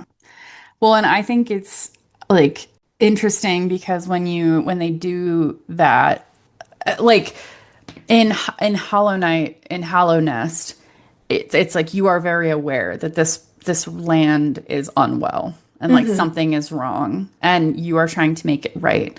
And in this game, you are ascending and it seems like everything's fine. And the Hmm. further up you go, the more you're like, oh, Yep. oh. Yep. So it's like the original game, like once you get to the end and you're like and you are defeating quote unquote the big bad, like there's a part where you're like, oh, this is not a like this is like not a bad oh. Yeah, Like it's the subversion of the the yes, expectation. like your definition of like good and evil and like why this is happening and like all of that are kind of questioned Yeah. heavily. And this So, game does the same thing, just kind of like in the other direction. hmm. Um, And so this blurb talked about silk as control. So as you're going through this area, there's a lot of bugs that are alive and they're out, up and about. There's this one, gosh, what is her name? She is so Oh, sweet. chakra. Yeah. Well, Uh, no, I love Chakra too. oh. The one that's singing. Oh, Sherma. Sherma's my Sherma. favorite. So I was waiting for Sherma since the game got announced, basically. Oh my gosh. I have a little Sherma plushie and I dressed up as Sherma for Halloween. Oh, that's so great. She's so sweet. I love her so much. She's just like the I'm gonna go up there and everything's fine and Yep. everything's good and she's just singing her song She's like like, and I'm gonna heal the world with song. It's fine. yeah and she like throughout all of it like I feel like at least to the point where I've got like there's parts where it's very clearly dangerous and Hmm. then and like you've just like crawled through a battle and like you've barely made it out alive and Yeah. Sherma's just like there like hi you made it. Let me sing you a song to fix you. It's just like, how did you get here? And why Yep. are you not? Like, what the heck? Um, so Yeah. there's like the bugs that are sentient, I guess, and like aware and able to control themselves. But then there are others that you'll be walking by and there's like dead bodies places or whatever. And then Hmm. suddenly like like silk kind of comes down. There's like this animation of something striking the body and it's Hmm. silk it's like a silk spear style thing like it's like and suddenly that body is up and moving Hmm. and so it's like silk is control because there's like a puppet master at the top that can like Yep. kind of control all of these different things down below um Which I think is also pretty similar to uh the Radiant Yep. taking over, Radiant's taking over with all of that, but also very different. Like Mm-hmm. because one is a hive mind and one is more of a puppeteering. Yes. So like I think like the similarities are very like interesting, but also clearly not exactly the same. Mm-hmm. And the closer you get to the Citadel, the stronger these are. Mm. So like the more that you're gonna find, but also the stronger the enemies that are Hmm. controlled with Silk are. Um, yeah, it's very interesting. And you're always like, who is the puppet master? Hmm. And then this says song is hypnosis, and that the bells and music flow through the architecture, the weapons, and the enemies, and this constant song guides and ensnares the kingdom's people. There's definitely the part of like the songs that are holy, that are like Sherma, like trying like saying Hmm. she's gonna heal the world, but there are some songs, and there's once you're in the Citadel, there's like a part of it where you have to uncover some harmonies, and there's these I Hmm. want to say three different harmonies of like some different um factions within the Citadel that you can acquire their harmony and then you play it all together. And like the part when I don't know if I didn't, I don't think I got to this part, but I watched my husband play it. And there's a part where like you unlock all three of them together and there's a cut scene. And I then don't think I got to that either, but I know the area that you're talking about with like the, the choral chamber area, yes, right? the Like, choral yeah, chamber. okay. Yeah. And the music is like, I have goosebumps right now. Like this Christopher Larkin, man. Like Oh it's, my God. I have the first vinyl set ugh. like extended from that, and I still get Mhm. goosebumps from like I think the Sisters of Battle still gets me every time. Yeah. Like it is just like such insane boss music. Yeah. Oh, there's another, what's the other one that's uh in the original game? There's the one that's like an area, it's like a not a chapel. It's like a morgue area, Oh, the cathedral. resting grounds or It's a cathedral, a spire. I'm gonna look it up. But um oh, not Un. Because there are a few like cathedral-y looking places. oh my gosh, I just looked up Hollow Knight map and these maps are huge, y'all. They are so big. Like, my goodness. Well, that's so just to go back, that is what delayed the game because they just could not help themselves from They just just kept continuing going. to add more and more in, It's so which is so funny. Like, what I love. Like, again, my favorite, I like the bosses, but my hmm favorite part of the game is exploring. And like, I just think they make such a good map. I can't. I think it's in the City of Tears. Oh, the Soul Sanctum. The Soul Sanctum. The music Oh in the my Soul God. Sanctum. Oh, it's so Oh good. God, yeah, that is some good that the whole Soul Sanctum area is like, ooh. Well, and that boss sucks. Like Yeah, I hate it's a that great boss. box. It is. He just sucks so bad. And so like whenever I hear that music, my heart rate is just like, Hmm. ugh. I Oh, and think then that's like Dung that's when my Defender. controller started dying. Oh no. Or I was getting like like stick drift, Oh, which was not helping with that boss. not something you want. No. Um, But like that whole game has such good music, honestly. yeah, Like so does this one. and this one as well. Like there's a whole part where you are trying to get those three harmonies so that you can um like have them sing it and then basically like all together it will unlock like another stage. Like you'll be able to ascend a little bit further. Um and it is just so good. I don't know. I guess I don't know where I was gonna go with that. And then like the last part that says is faith and pilgrimage. So Farlam's faithful don't descend, they ascend. And the silk spool symbolizes this journey. So your almost health bar, basically. No, it's not your health bar. It's like your magic. Yeah, I was Like, gonna say like magic or like not energy, but like I guess eh, like mana. Yeah, so like yeah. magic. Yeah, it kind of goes back to magic. Yeah, and as you go through the game, like it gets longer and you have more health and it's just a little bit bigger and you're sturdier and stuff. And I think like the more silk you have, I guess I don't really know what it's trying to say. I'm trying to see if I can spin a tale of like you're more connected with the faith when you have more silk. But I don't know if that's necessarily true. I don't know. It But could be. I mean, there's also so to dive into a little Hollow Knight and Silksong hmm lore, Hornet is half weaver, which is like hmm spidery, and then half worm.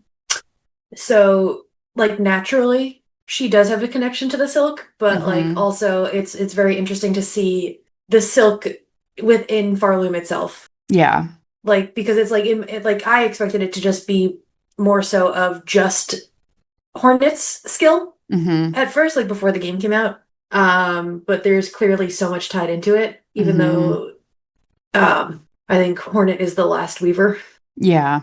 Well, I think that's also like something that's so in the original game, like Hmm. Hornet is such an anomaly. It's like all of these Yes. other bugs like have certain mechanics, have certain whatever, like you understand how they're fighting. And then she comes in and she has like this silk and this thread and this needle and like it's like, who are Throwing you? spikes and she moves so fast and And she's clearly like different. And this hmm game starts off with she's in Hollow Nest, but then she gets abducted and brought to Farloom. And she starts realize like she as you're ascending, she's also kind of uncovering a little bit about I think her past as well hmm because she thought that all of the Weavers are dead, and I think they yeah. all are, but like the entity at the top of the Citadel like has a connection to the Yeah. Weavers. And And so it's like also her, yeah. you see other characters along the way too that clearly have like connections to the Weavers, even if they're hmm not Weavers themselves. Like what's that one in Sinner's Road? Styx? I hate Sinners Row. Oh God. Sinner's Road is like actually like disgusting. Like I don't know how they did such a good job of making such a vile like I feel dirty. Yes, 100%. It's crazy. Oh I my think God. also like all of I think part of it is in that area, like things stick to you Yes. and things like If if you you, go in the water. there's like things that will eat you and then they'll start eating your silk. Hmm. And it's just you feel dirty and you feel like infected It's and lit. yep. Yep. And it's like you can't get clean feeling. hmm And like I think that's like okay to go to the water though like oh my God the first time I fell in the water Yeah. because also like Sinner's Road is hard and like you're already struggling enough as it is and it's like just kick me when I'm down. Like Yeah. thank you.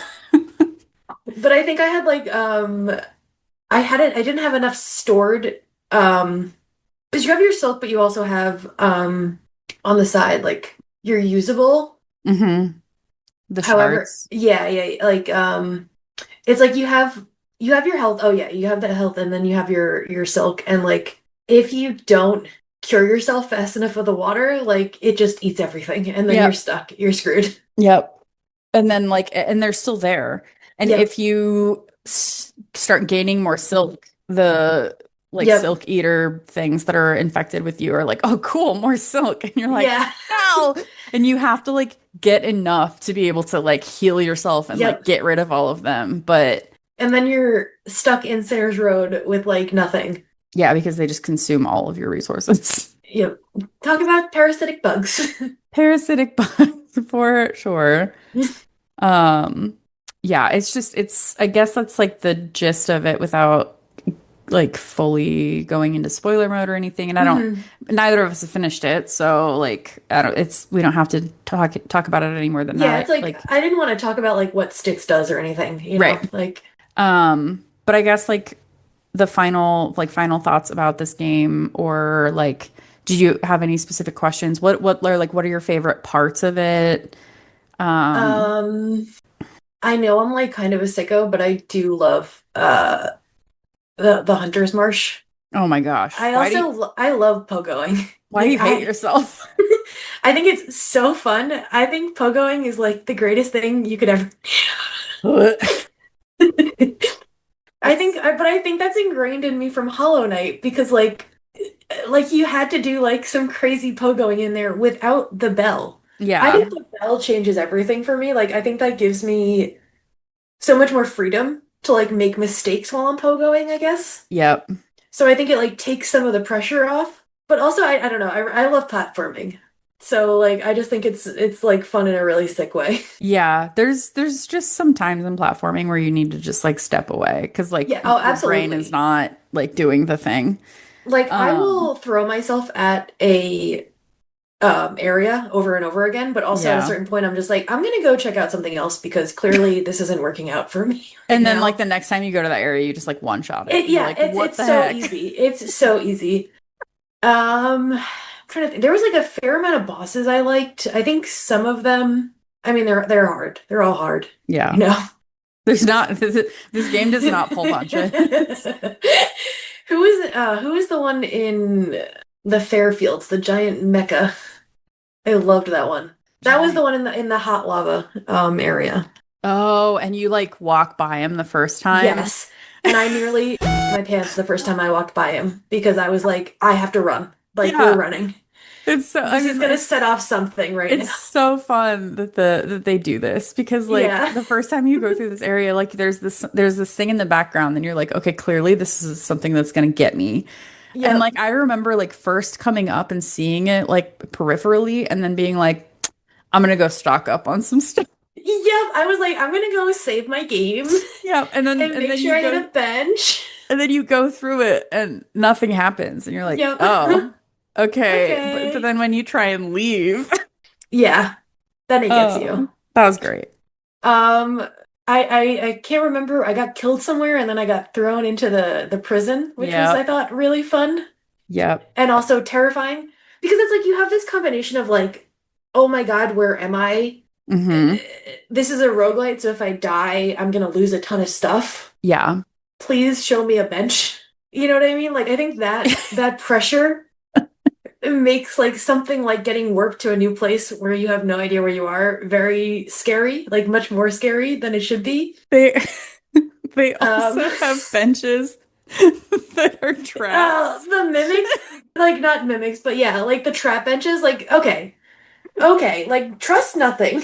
Like you get to a spot and you're like, oh, thank goodness, there's a bench, and you sit, and then it just like kills you. I can't even remember where that one was, but there is at least two, I think, and I Yeah. remember the first one got me so good. After that, I was so cautious. Yeah.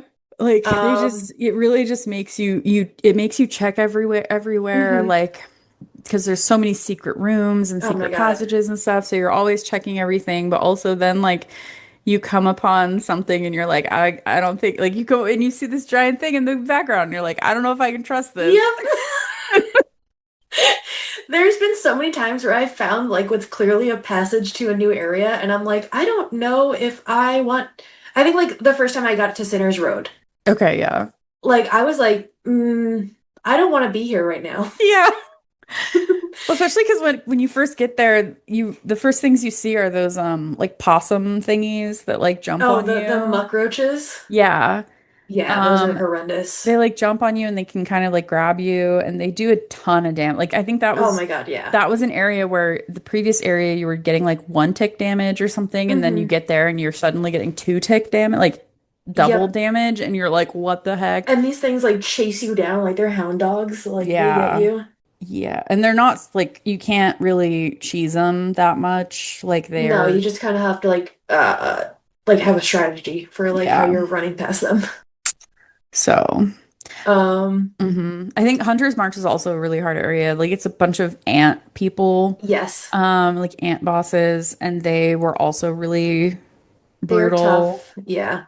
Which I Um, think like that area though is good for like I think like they do a good job of like setting the areas up at the start, especially to help you hmm. gain confidence Yes. in like the skills you'll need going forward. Hmm. Unfortunately, like as hard as some of those areas are, because like some of those ants, I was like, get away from me. Yeah. I was like, I am jumping. I pogoed over so many of them. Yeah, there's like some that you're like, okay, I'll take the time to like sit here and like fight you. And then there's other ones where I'm like, goodbye. Yep. Yeah. But yeah, I mean, I love the whole game. I love all the characters in it. Like, I think it's so fun. I want to play it forever, even though I Yeah. stopped playing it because it takes a lot of energy. That's the only reason I stopped playing. Yeah. But so And what were your favorite parts so far? so I really love Chakra. I love Um, her. I think she is the equivalent of like the map guy. So there's a Hmm. map bug in the first game. And in this game, that's what she is. She's trying to find her, I can't remember the word that she uses, but like basically like her trainer or like Hmm. her boss and Yeah. her mentor. And her people are like a warrior people. And like she is just a badass. Like she's just really cool. She's so cool. Like Cornifer, so Cornifer's the map guy in the first one. He's such a nerd. Like Yeah, he's a he's so nerd. clearly a nerd. But she's like such a badass, like adventuring, fighting. I don't even know. Yeah, she's like a warrior that is happens to be mapping it as she goes and she'll share it Hmm. with you because she respects you. She like game recognizes game basically. Yeah, yeah. I Um think she's supposed to be like a paper wasp or something. that would make sense. Because of like the way her shape is, also, and like the Yeah, colors. Yeah. that would make sense. I so that's she's a character. I spoke with one entomologist once that wanted to do a panel in New York City Comic Con about the bugs of Silksong.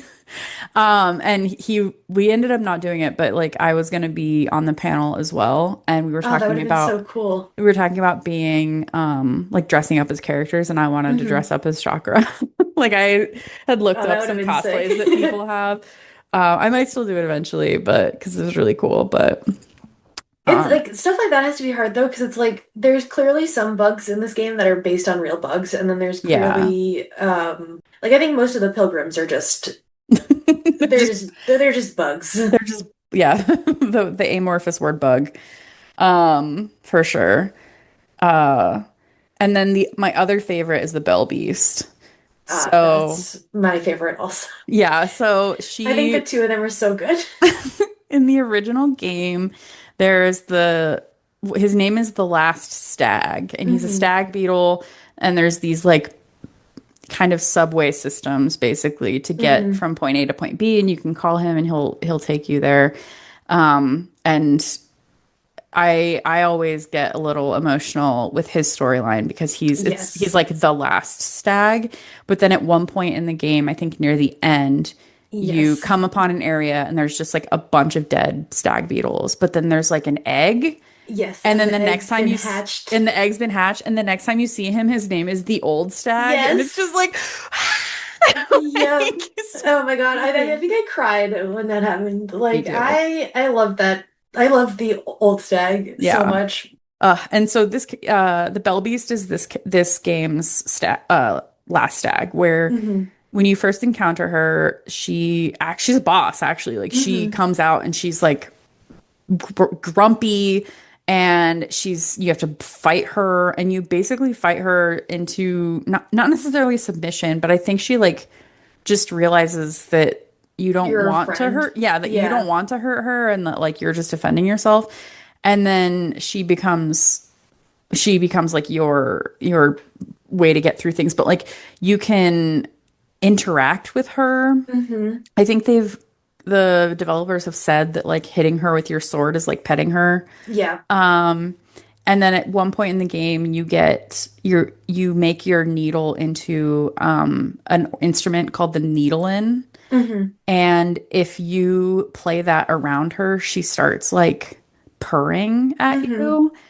And she's just so sweet. And then there is like She's a so late cute. game really cute thing that happens, but I don't want to spoil it. I don't know if I reached that part yet, so But she is just so great. I have a tattoo of her. Like, what bug do you think she is? I mean, she's like an isopod. That's okay, that's what I also assumed. Like she clearly has like that isopod look Yeah. going on. I guess Every time I see her, I have to jump across the bells on top and like play her a little song yeah. and like pet her. I can't not do that. She's just so good. Yeah, so She she is. has too many legs to be an insect, so isopod is Okay. fine. I wonder what. Let me see if there's like trivia. Hitting the bell beast is considered to be petting her. This also occasionally causes her to purr in response. Um, yeah, I don't really see anything that's like, here's what she's supposed to be. But I would probably just say isopod. Cutie patootie. The cutest. Oh, and she's trapped in silk too. But she's still like I think when you first find her, she's trapped in silk and you like let her Oh, out okay. and you're like, I'm gonna help you, and you let her out, and then she just starts attacking you. You're like, what the heck? I just released you from a bunch of silk. But she was just scared.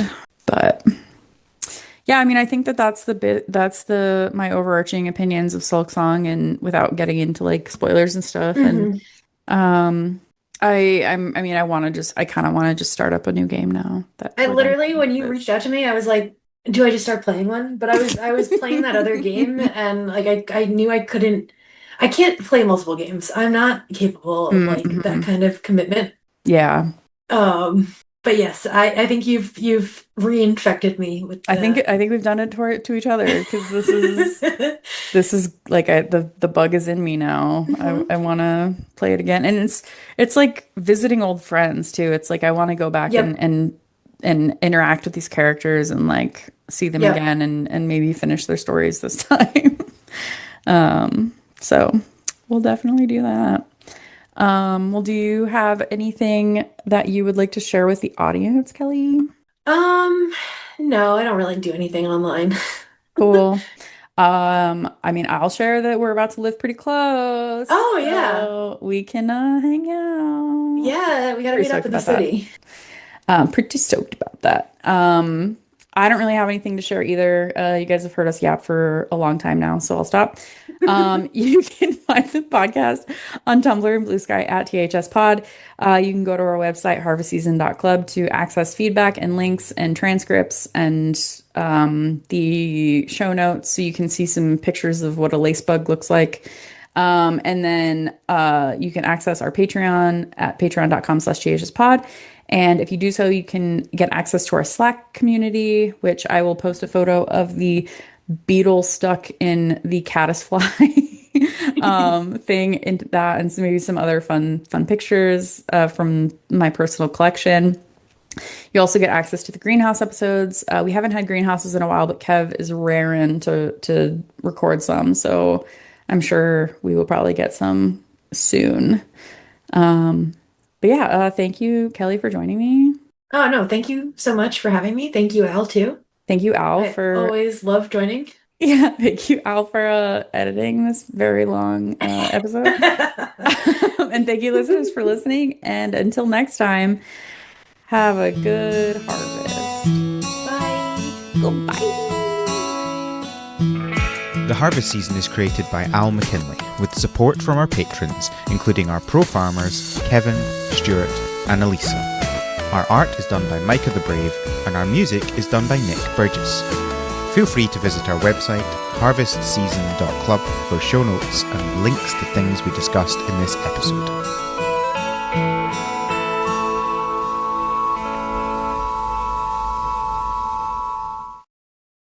And then we go to time.is and let me Oh, know. this is new. Yeah. Interesting. So we're going to clap on 30. Is that okay? Yep, okay. Okay. And we never hear each other clap. It's very interesting. I literally was like, was that just me clapping? That's so Nope. funny.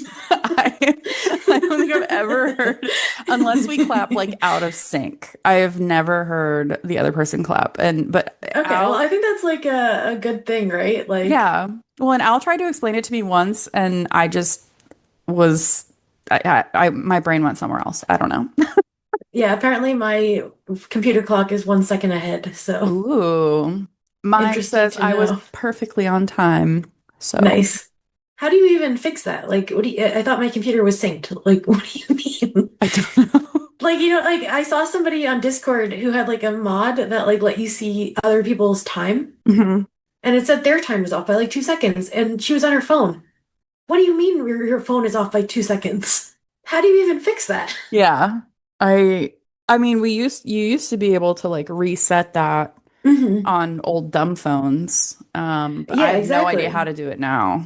Like that's not even something I considered being able to do or like having an issue with Yeah. because I thought that was all handled for us. Yeah. I don't know.